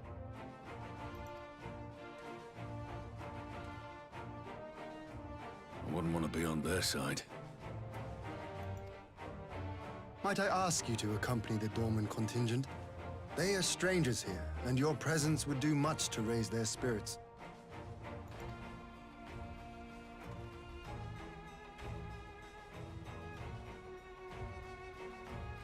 We would be honored. When our people stride out with you in their midst, I dare say the Eorzeans will feel an ilm taller themselves. High spirits have a way of spreading. What I wouldn't give to join you. But my duties as field commander will not allow it. I'll leave the front lines in your capable hands.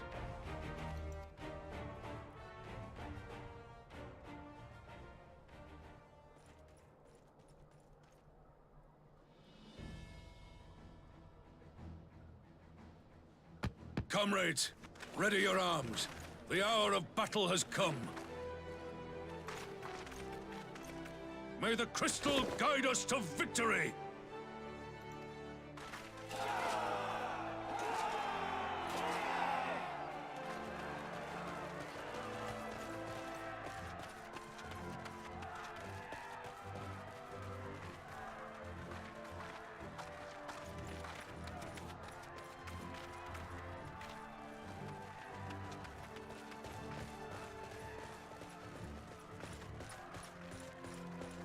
Since the others couldn't be here, we'll have to fight twice as hard. If Alphinaud wakes to find the Imperials have won, I shall never hear the end of it. It's strange. I thought I would be terrified when the fighting started. I should be terrified. But with you at our side, I can't help feeling everything is going to be all right. So please, don't you dare leave me alone.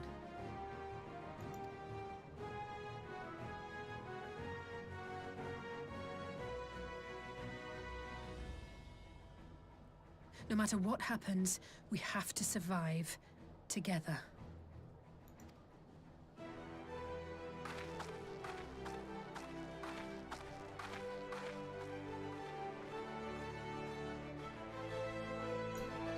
I have thoughts about what may happen, but I'm only guessing.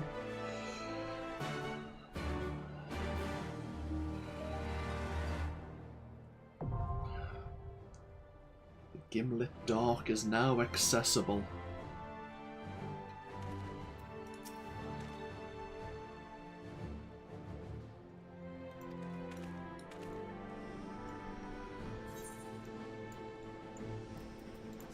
It is a dungeon. For those who dare travel twixt Aldenard and Ilselbard, there is but one path, and it leads through Gilglit. A confluence of harsh terrain and climactic conditions that have shrouded the land in perpetual darkness, and it is here the decisive battle for Eorzea begins. Joined by their far eastern allies, the Eorzean alliance battles desperately to fight back against the seemingly endless waves of Imperial troops. In a bid to change the tide of battle, the Warrior of Light has been called to the fray. But can they prevail in this land long since lost to the light?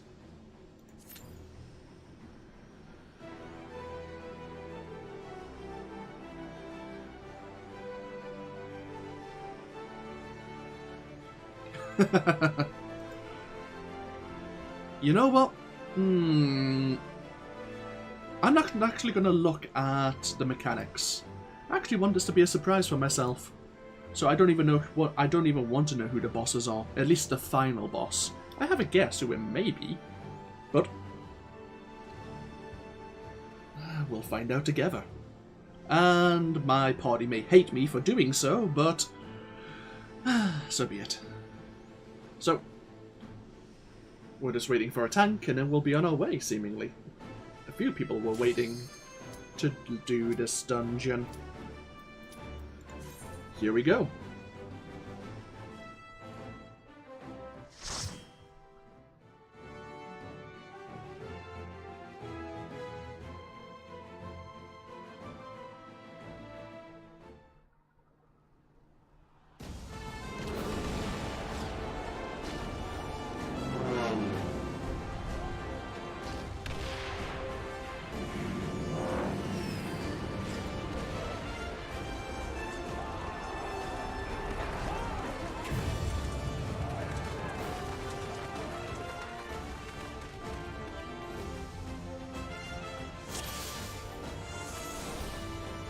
We have a warrior, white mage, and a dragoon.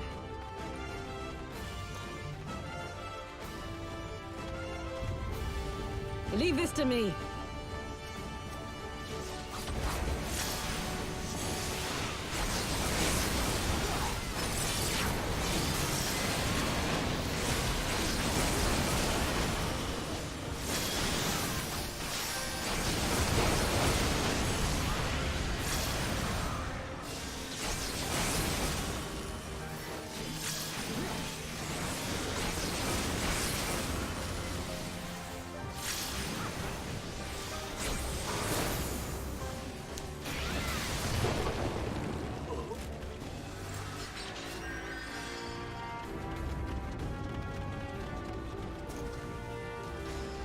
Forward! Forward!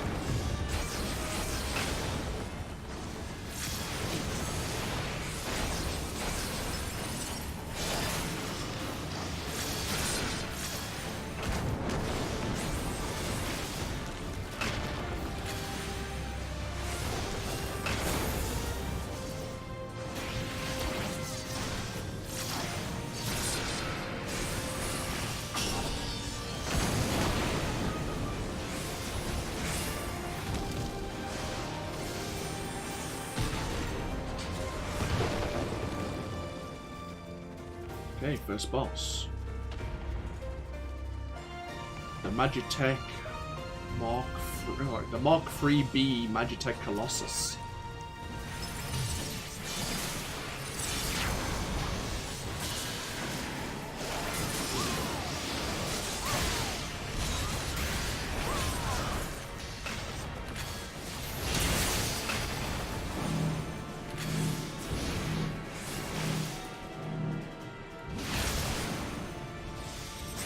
Oh crap.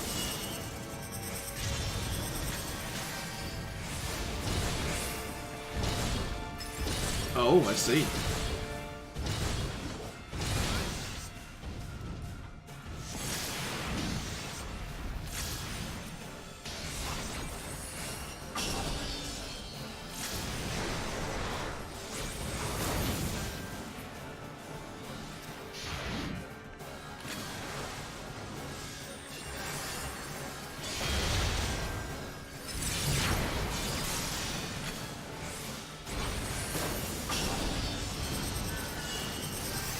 Oh, I can see the see how that works as well.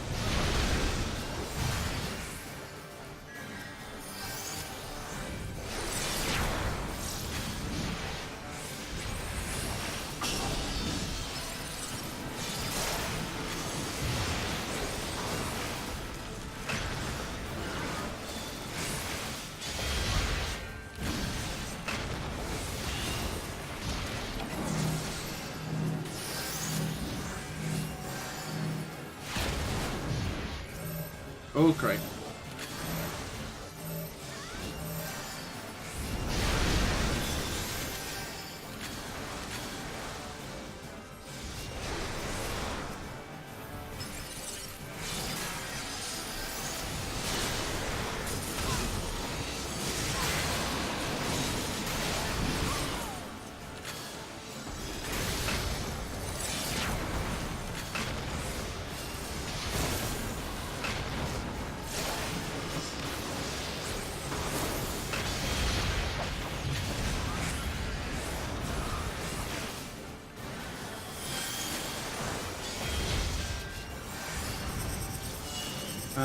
I need to be over here.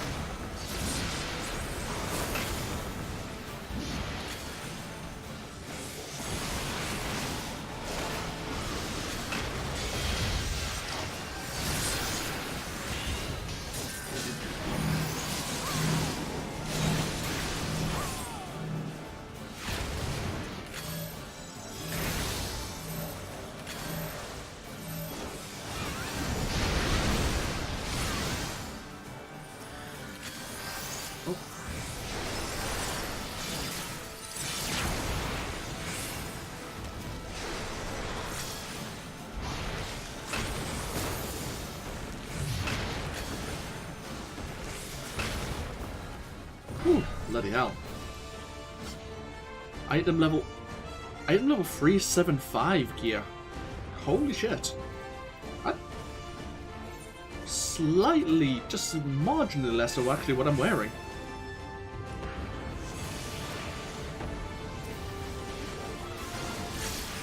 And better than what I can get from my tombstones of mendacity. Holy hell.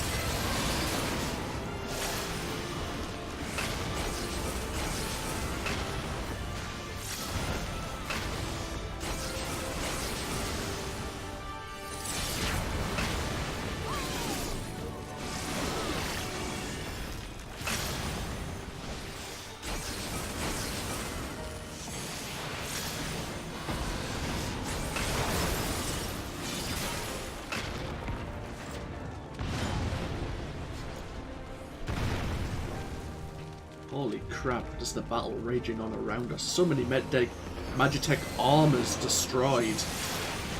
Airships coming down around us.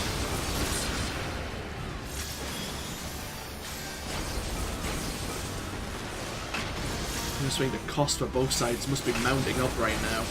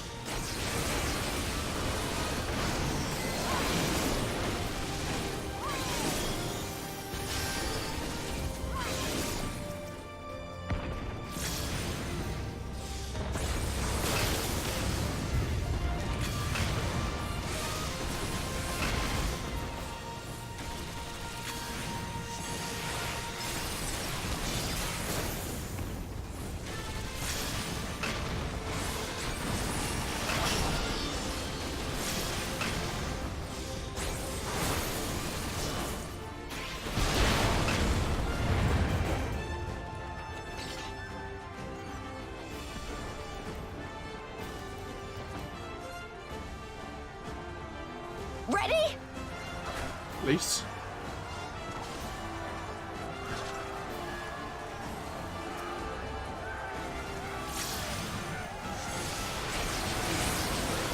At least a Pippin here on the front lines.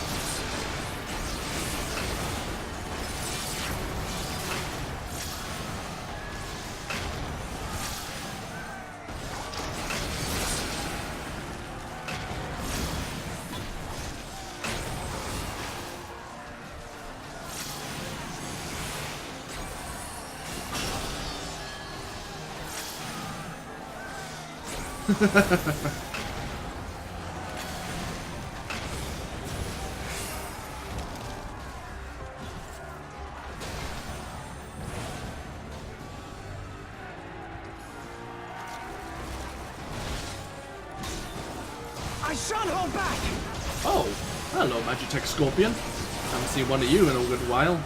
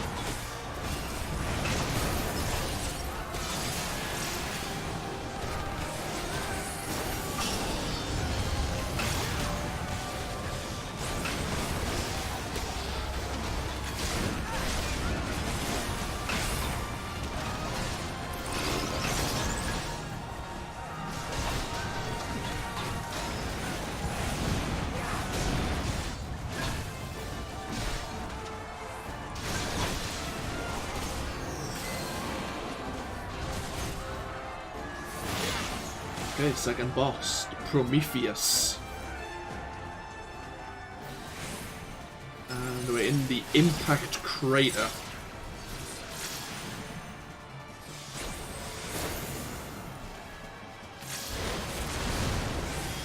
Oh, I see. Oh, shit. Okay.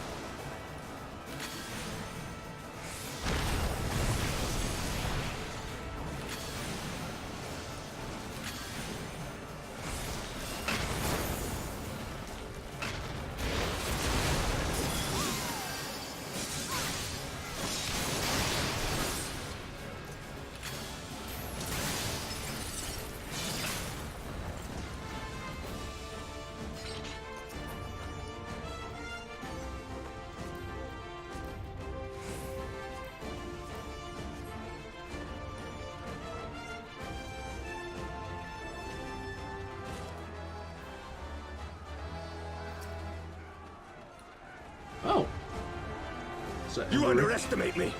Can he send us on the front line? Like Rauban, I expected her to be a field commander.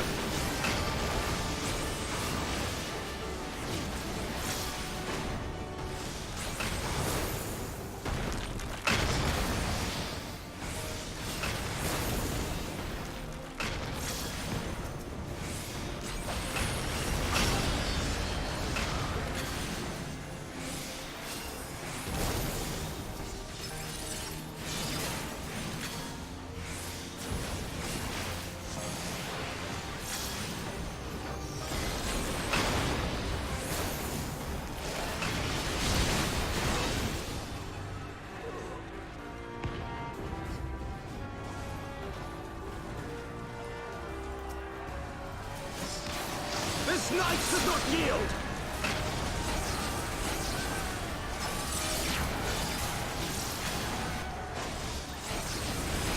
Out of my way! There he is.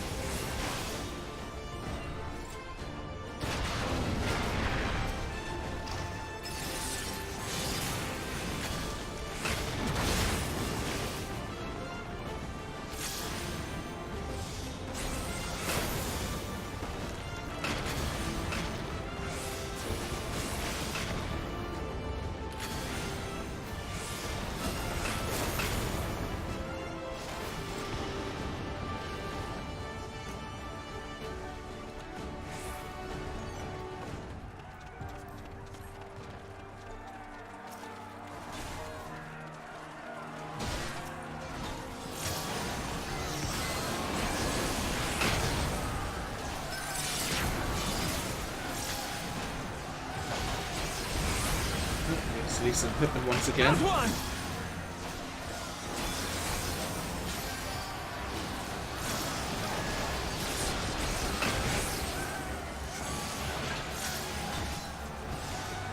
Oh, I really hope the final battle's not going to be protect your allies.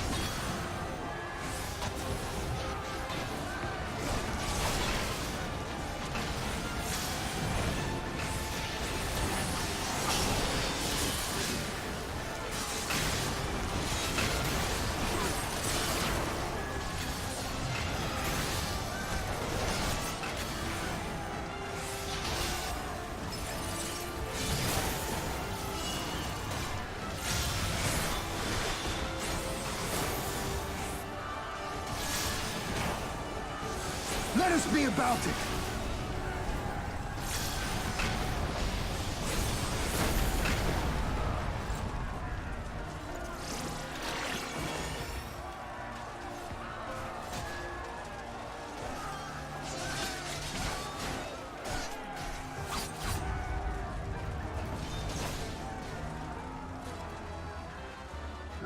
to the final boss.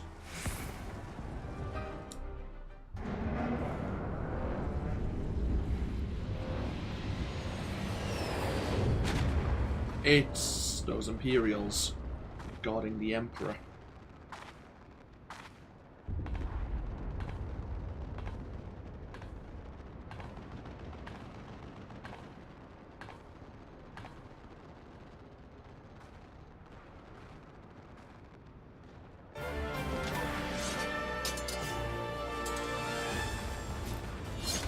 They're wielding Livia and Gaius's weapons. Are they clones?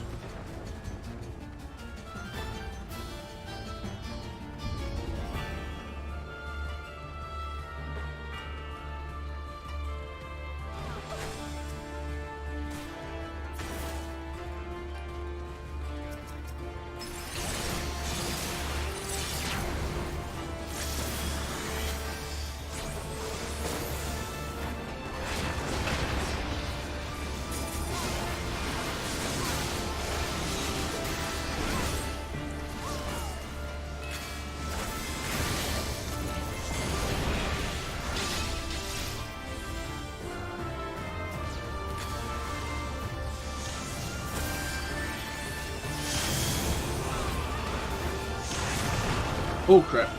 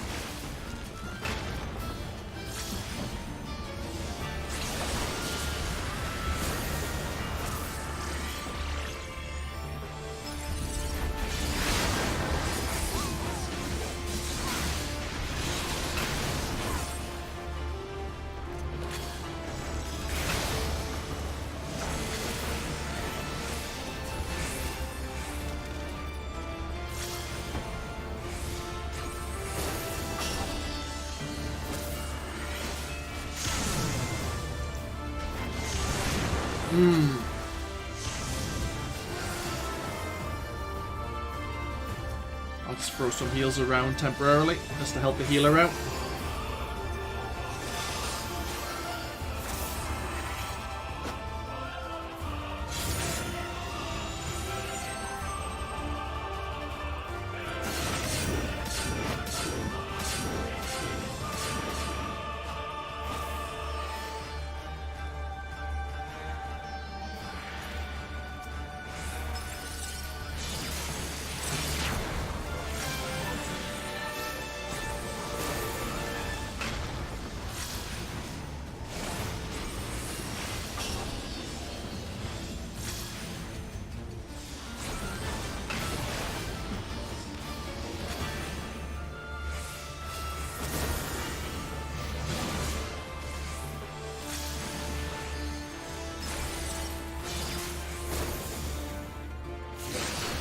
Oh, well, that's not so bad.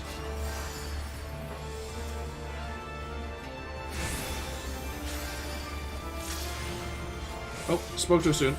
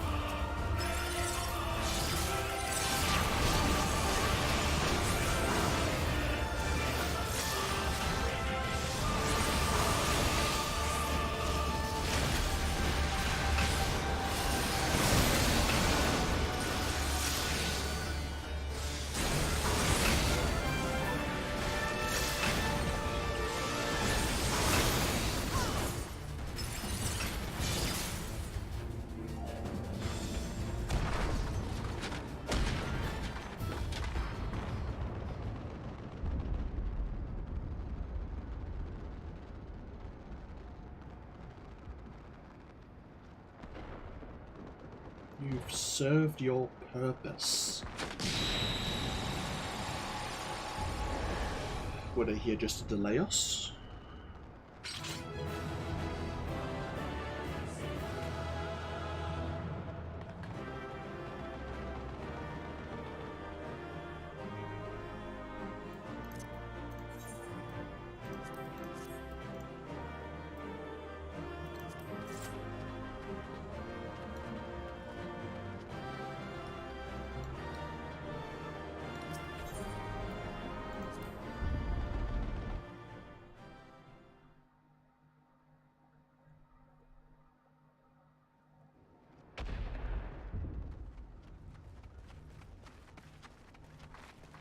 There you are, and none the worse for wear. Indeed. I had hoped we might do more to help, but there seems to be no one left to fight. A tactical withdrawal, perhaps? We should give chase. Finish them off while we have the chance. Imagine the other surprise when they wake to find the war already won.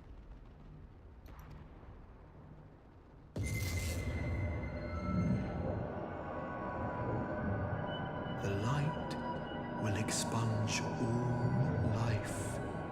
Only you can forestall the calamity. Throw wide the gates. No! No! No! Not like...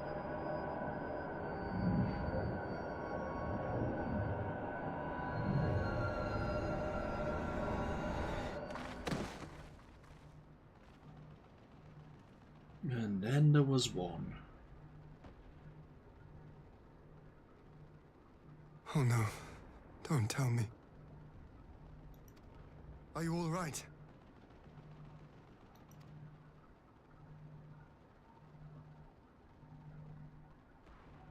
Quickly, we must get her back to the encampment.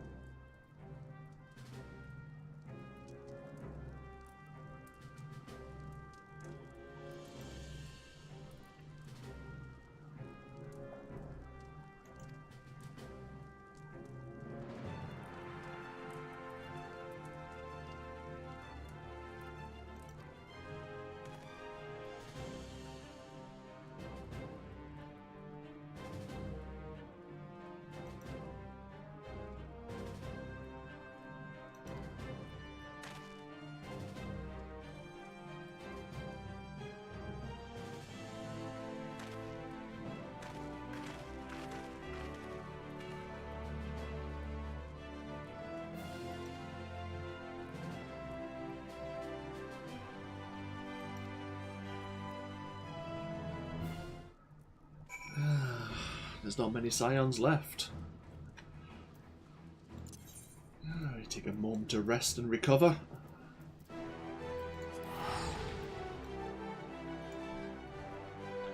I'm sure the Alliance will call for our efforts once again.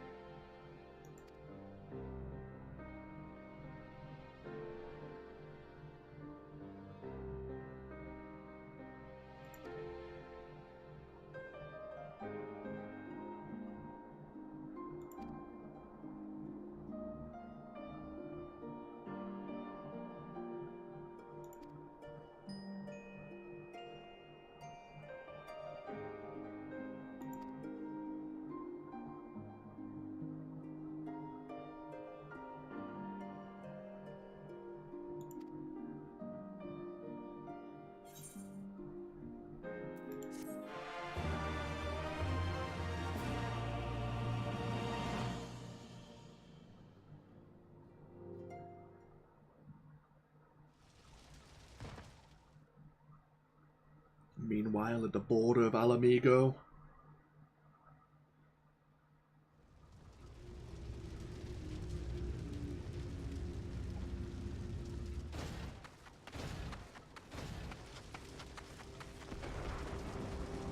Xenos.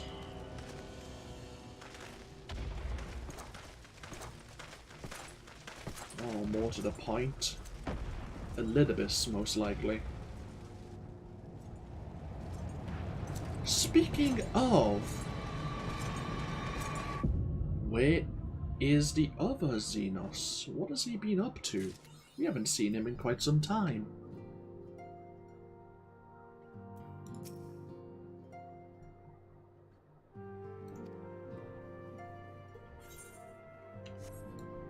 We might as well go hand in this quest.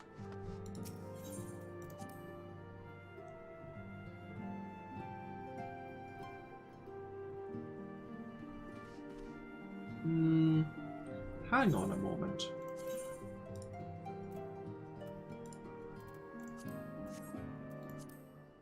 To be continued. Really? Oh, really? I thought 4.55 had already been released.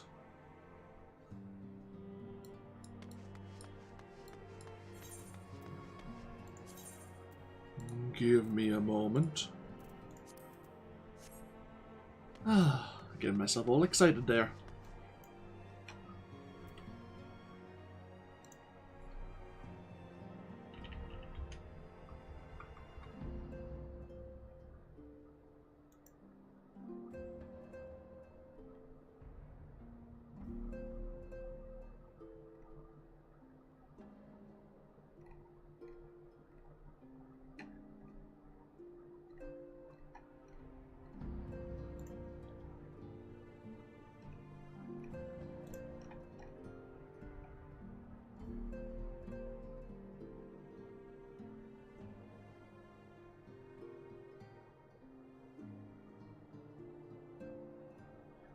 Patch 4.55 represents the conclusion of the Eureka storyline. But it doesn't say it actually comes to the end of the current main storyline. God damn it. I actually thought we had the next part, the next conclusion.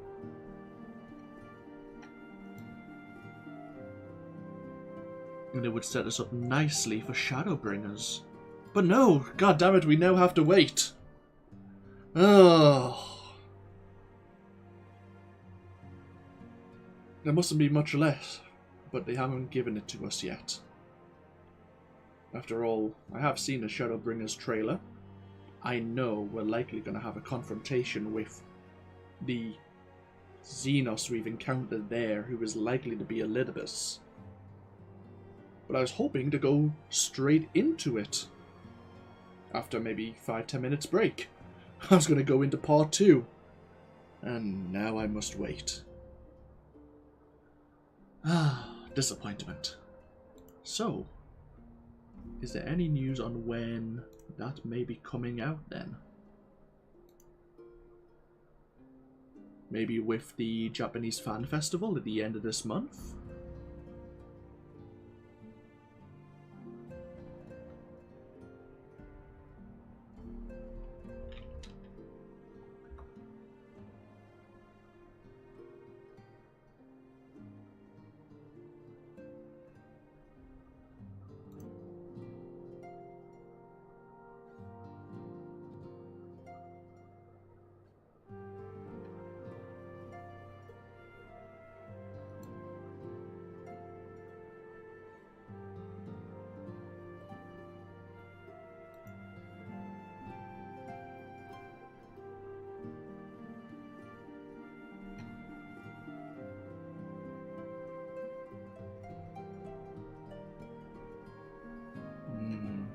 Unfortunately, I can't see it. Oh well. So right at this very time, we've come to the end of the main storyline. Sad days. Oh well, hopefully it won't be too long. until part 2 of the 4.5 patch is released for the storyline at the very least. And we get a conclusion of the Stormblood patch story content. And then we only need to wait a few months for the new major expansion that's coming out. But I'll end the stream here, I suppose. And I'll probably be doing a few things in the background, so I'll probably leave Twitch open, but I won't be streaming, of course. But I will be doing a bit of Eureka later on today, I think, in the background. And finally get my company Chocobo back with his new dyed feathers. But thank you all for joining me here on Twitch. And thank you all for maybe watching later if you're watching this series on YouTube. I'll get this stream or video uploaded. And hopefully you all enjoy the rest of your days, and I'll see you for more next time. Until then, no. Bye-bye now.